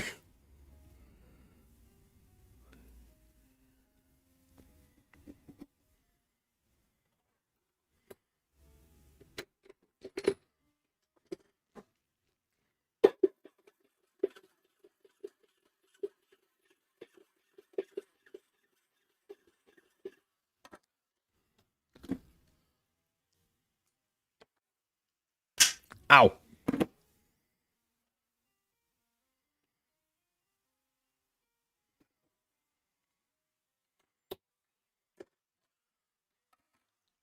Why is my camera on such a weird angle? I've got to get a better mini tripod, eh? This one was actually designed for a pocket projector.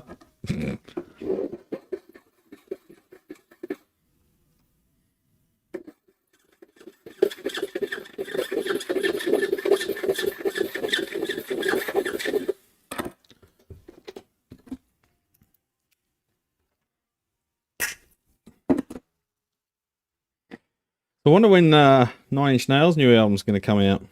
They just did the new song for Tron. As alive as you need me to be.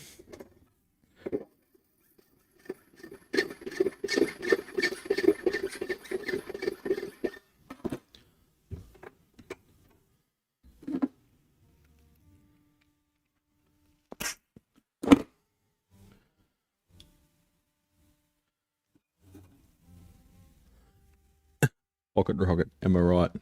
How do you project a pocket? Well, it's a projector that's powered by a battery, and it's small, so they call it a pocket projector.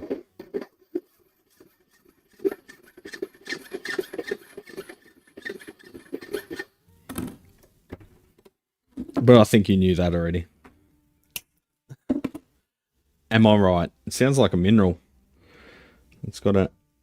Check out this new chef's knife. It's got an am I right handle. Am I right?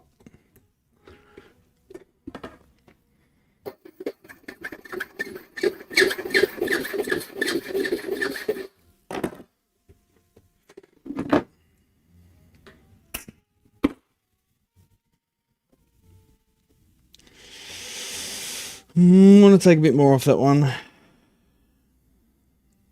So if we take a bit more off, I'm gonna have to re-notch it.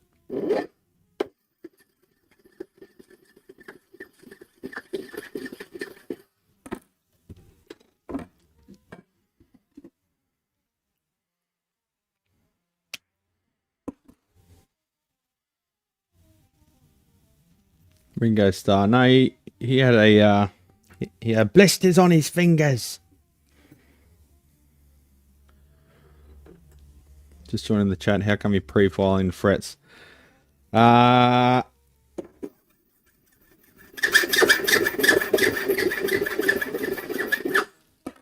let the other guys fill you in on that one, since I've already said it twice now. Oh, eyes twitching. Must need more coffee.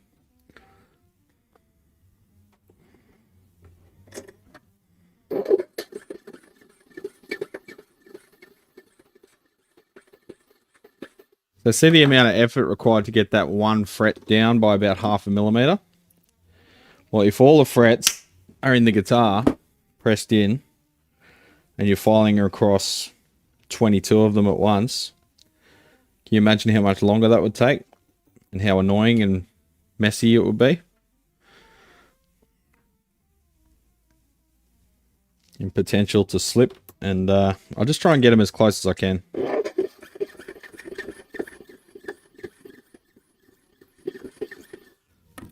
Plus it gives me more consistent tang nipping. They're all going to be the right length. Yeah, I don't know. I don't watch Tron. I don't know anything about Tron. I've never seen it. All I know is the songs off Tron.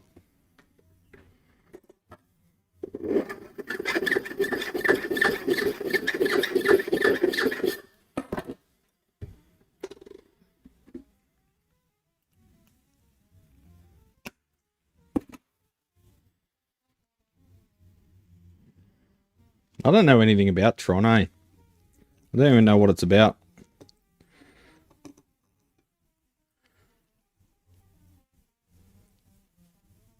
Ugh.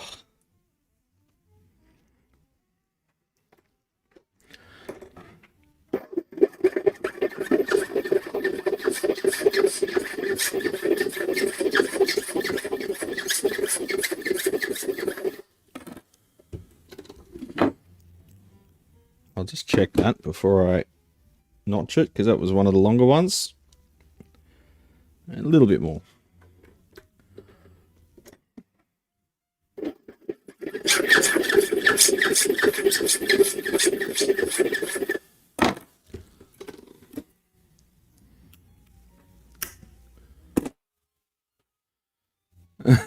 The sound of the filing's making your Labrador puppy go apeshit. Really?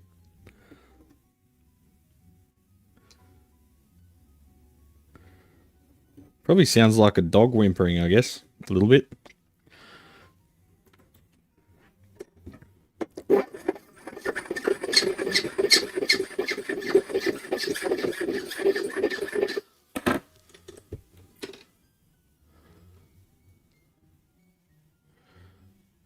Yeah, that's the other thing. And do as much as you can away from the neck. Less of a chance of something slipping or...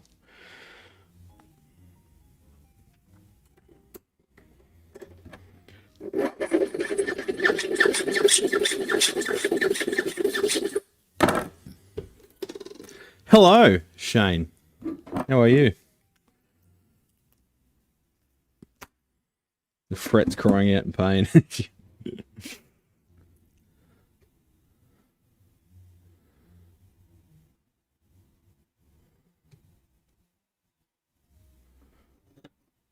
Fret number 14.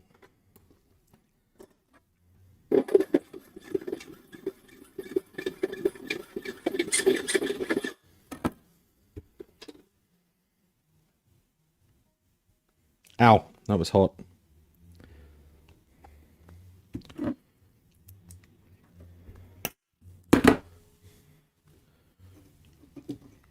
$15.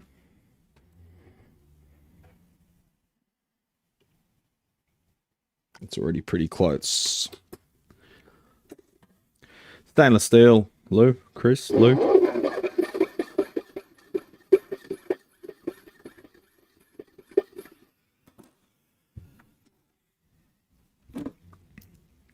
Right, so what have we got to be assessed? I might do a live stream tomorrow morning.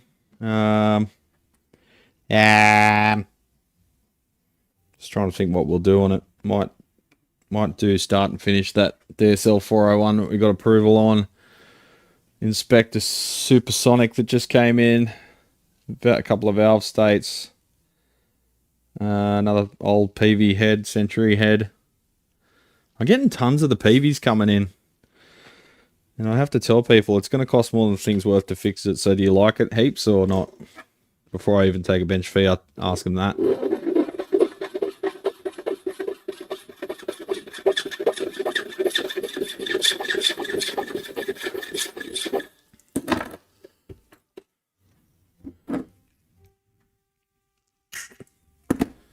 Hello, Emilio. What's going on, champ? How are you?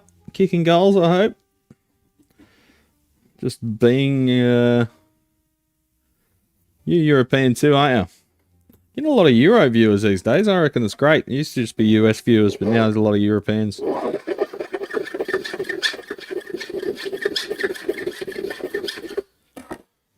Got to diversify, champions. Love to crack onto the sort of Asian market too, like Asian audience. I don't know. Might already be flooded. I don't know what the demographics are like.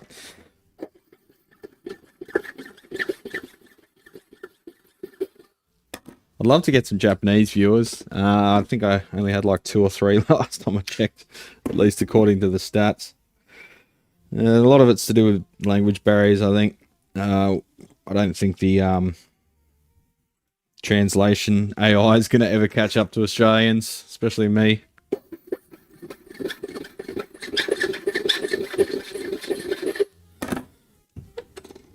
I wish I could just take a pill and instantly be able to fluently speak another language.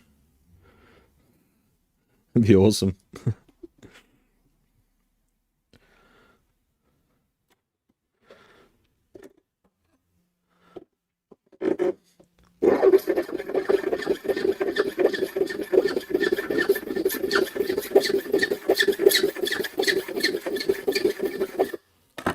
Nichols seems soft as butter too. I remember Steve Moore saying he's had 7 to 10 refrets on his Music Man. Yeah, I've got a few customers that have had like 2 or 3 refrets on the same guitar and then decided to go stainless. And they were convinced that it would sound different or feel different. It does feel different, but it feels different in a good way. It's like complaining that your new tyres let you handle way better.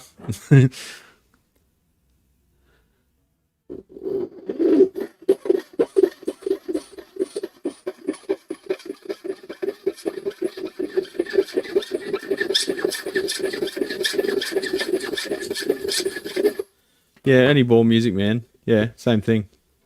Oh, you deleted your comment. Okay. You just realised.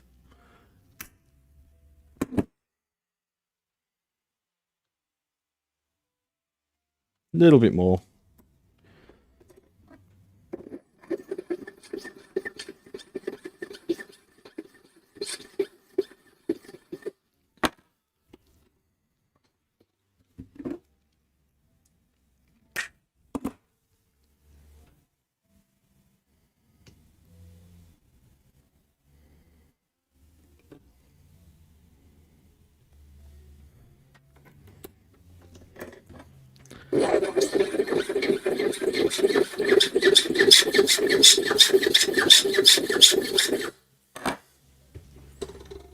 Ow.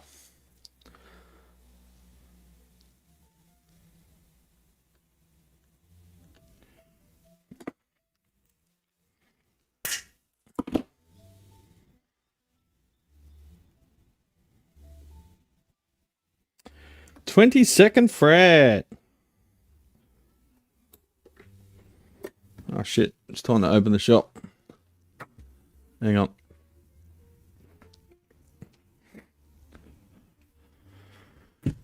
Damn it, I was gonna go get coffee.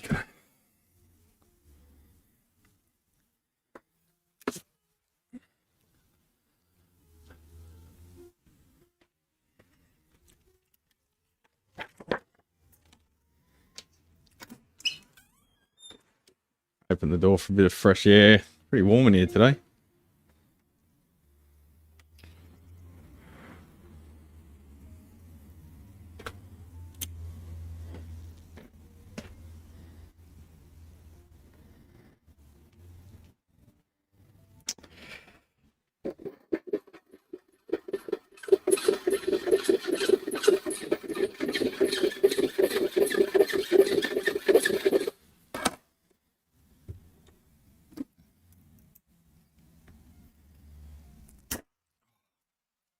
That one felt way harder.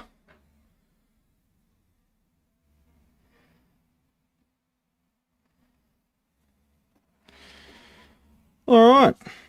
We can get rid of this jig.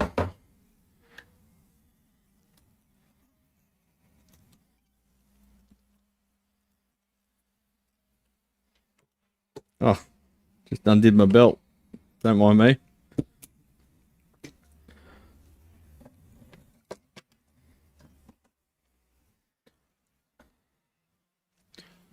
Going to make a curry chicken pot pie tonight. Nice. Is that one of the slow cooked ones where the smell sends you crazy as it slow cooks all day? You know you can't eat it for another 5 hours.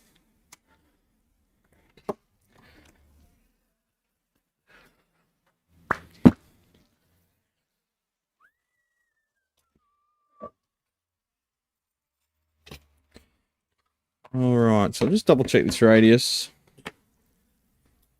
9.5, but can't hurt to triple, double, quadruple check. A little bit flatter actually. A little bit inconsistent.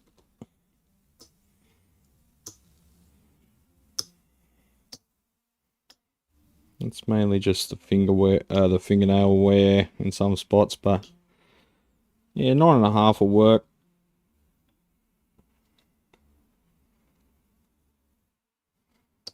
I might want to go 10 actually.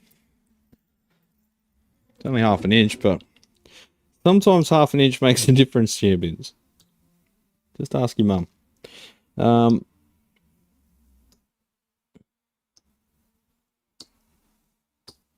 It's consistent up the top end, but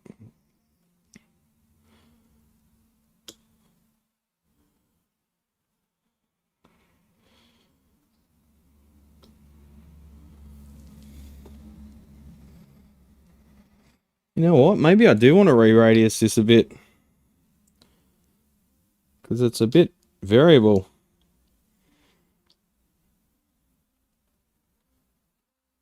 And like, what did we do? Surface dressed it with 600.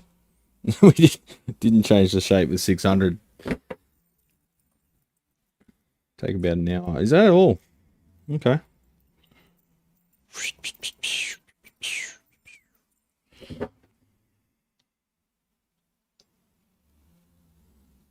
Yeah, it almost is a 12-inch radius, man. Until it gets to the 7th fret, and it goes back to like 10. So it's almost like, it's like a compound radius in the wrong direction. Totally, man. That's going to play like arse. Yeah, we're going to have to, I might ring this bloke, because I wouldn't, if we're going to remove the neck to re-radius the thing, just to get a consistent 9.5. It'll be easier to remove the nut, and these nuts tend to crumble when you remove them. So yeah, demonetized every time, Ted. I've actually taken it as a bit of point of pride how often I get demonetized now. Usually from copyright infringements from background music, but yeah, probably a bit of saying the word cunt and stuff doesn't help either. But we're Australian, we say it. They fall out of, swear words fall out of our pockets while we're walking down the street in Australia. It's no big thing. YouTube doesn't understand Australian, so I might piss off. I'll give this bloke a call. And now we've opened the shop, it's a bit annoying to stream while we're open because people come and go. So I might catch this tomorrow, champions. This should be done by then. The neck, I'm still waiting for the pickups to turn up. They're coming Monday, Tuesday. And yeah, we'll catch you tomorrow. G'day Pork Chop Express, you just turned up as we're about to sign off, and I'm getting hiccups as well. So what do we get into tomorrow? Let's have a look. This is the side of the shop you never see with champions. So we've got all of these to assess. Some of them are approved and we're just waiting on parts. There's Supersonic, Valve State, Bogner Shiva, PV base head. That's one that's been here for ages. I've got to finish off. It's oscillating. I keep putting it on the shelf, get around to a job. That's the DSL 401. That's the roller JTM, poorly executed JTM 45 copy that cost $1 million. Super Bassman 300 with $1 million worth of valves on top. That's he said it failed, but I fired it up and it worked, so something funny going on. Zen Job. That's a tear down and service to an EMX 512 Yamaha powered mixer. And that's all we've got out here. There's a whole bunch of approved jobs and stuff to be assessed in the storeroom. Down on my trolley there, we've got a Marshall 8080 power amp that's blown up. Mix made a hell of a show of it. We've got a mess of tri-axis where I'm trying to find one of the unobtainium LDRs, optocouplers. Might have to make some of them. That might be another thing to sell on the website because no one seems to offer them. Got a ukulele there, waiting for the tuning machines to turn up. They're on back order. That's the Rivera modified Vibrolux, which we got approval on, so I can go ahead with that. It's focusing now on my arm. There's another PV base Mark III head there, slightly more modern one. I think that's a 90s one.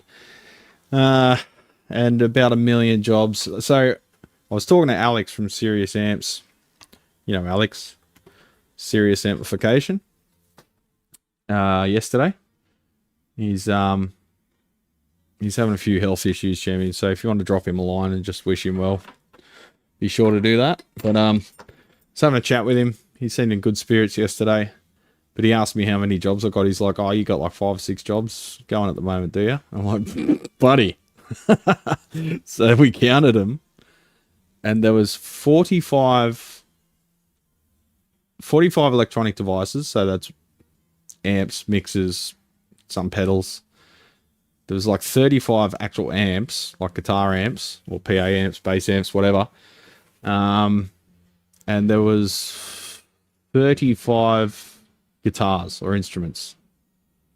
So yeah, so it ended up being like 80 something jobs in the queue at the moment. And that's not including like the long running ones where they're just like, when you get to it. So yeah, that's why I haven't been making much videos recently. That's why I've just been doing the live streams, because I just have to head down, ass up it every fucking day. And then, you know, you got your accountant on your ass going, are your tax documents ready? Have you done all that? Have you looked over the new insurance policy? Have you, we've got at the moment it's a sole tradership, so we've got to change to a proprietary limited in order to properly employ and pay employees above board. And that changes the insurance structure and the tax structure of the business as well. He's maintaining the website, so what's been happening is some of the items we've added, the size and weight isn't carrying through to the shipping calculator, so people are ordering like a massive guitar case and it's charging them like $10 shipping to the other side of the fucking country. And they've like paid it and go, oh, that's cheap. I'm like, yeah, that's cheap because now it's coming out of my fucking pocket. So I've just made a loss by selling something. It would have been better if I didn't make a sale at all. I'd have more money. So trying to maintain the website's a pain in the ass. Trying to get the work done at the home workshop's painful because I'll start work here at 7 a.m, finish at 7 p.m, get home and there's no daylight. The humidity is rising, so it's hard to spray paint. And just at night, you don't want to fire up the compressor and shit because it pisses the neighbours off. And then every weekend we seem to have either crazy wind or rain and too high humidity to spray paint. So As soon as you try and do that, you end up with micro bubbles. So you got to put it off for another week, and you don't get a chance through the week to look at it. And then they're like, "Oh, but it's been a whole like 3 or 4 more weeks since you said it would be ready." I'm like, "Yes," and every week there's been a reason, and they just think you're making up excuses. So that's fun too.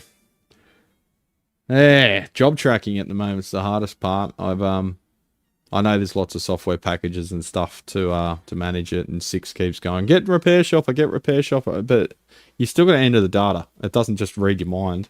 I don't have a fucking neural link.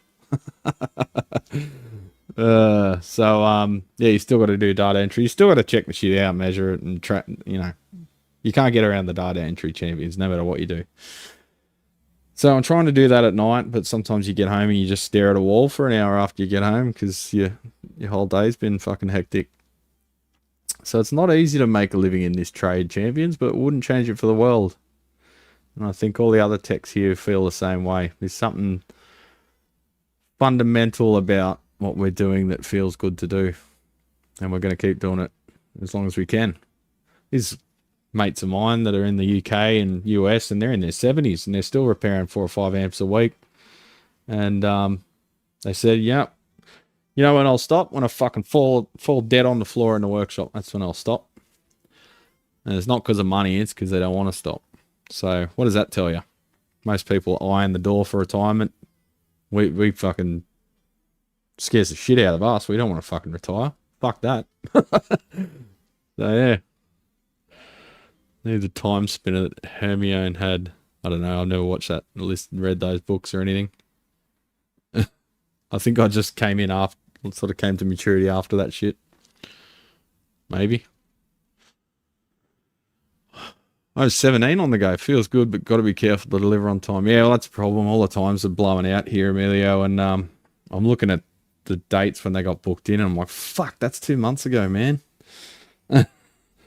So, yeah, that's why I've stopped taking in work until I catch up and can get those times back down to a decent turnaround. I want to retire to work on amps. Yeah, exactly, Wes. That's it.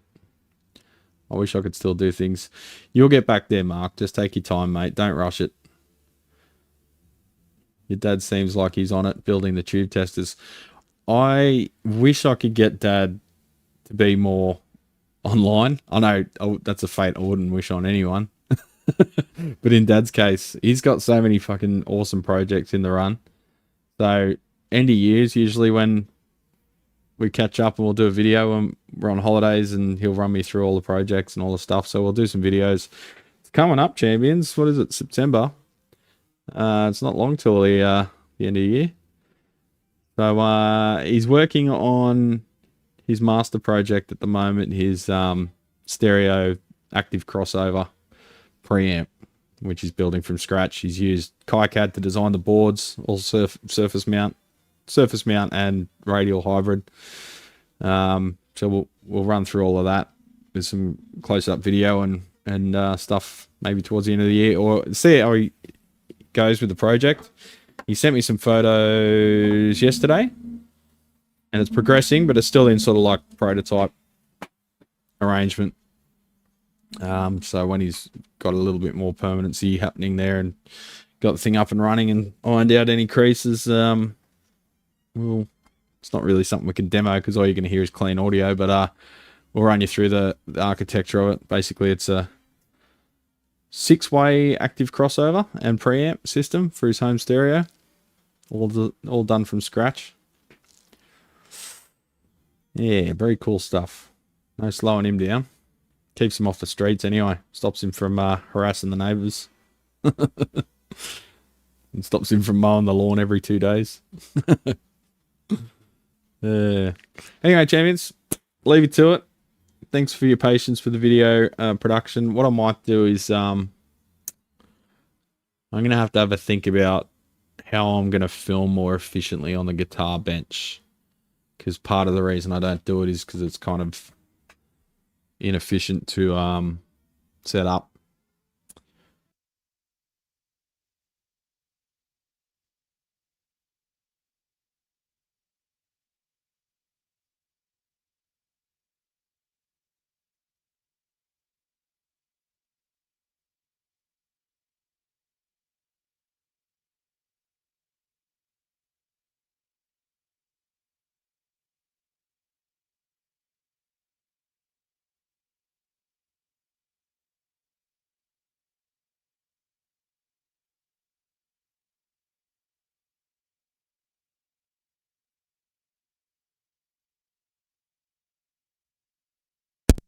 Yeah, audio dies right on cue.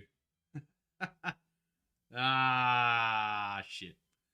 Yeah, so what I was saying is maybe put up a boom arm up here on the wall and have the camera easily clippable on a like a quick release plate, maybe with like a video fluid head. Well, probably not a fluid head, but the top end of a tripod anyway. And be able to change the angle and all of that kind of stuff. Just because I'll just show you quickly. This is the workbench. You've seen it in the background of the videos from the other side, but there's no wall. It's open to the shop. The wall's over here. So if I mount a boom arm up there and have it coming across, but then I need another one for the lighting maybe. I don't know. I'll have to have a think about it. Point being, I'll have to have a think about it. So anyway, champions, take it easy. I won't go and get another coffee. Tide me over till lunch. Rock on. See you tomorrow, bright and early.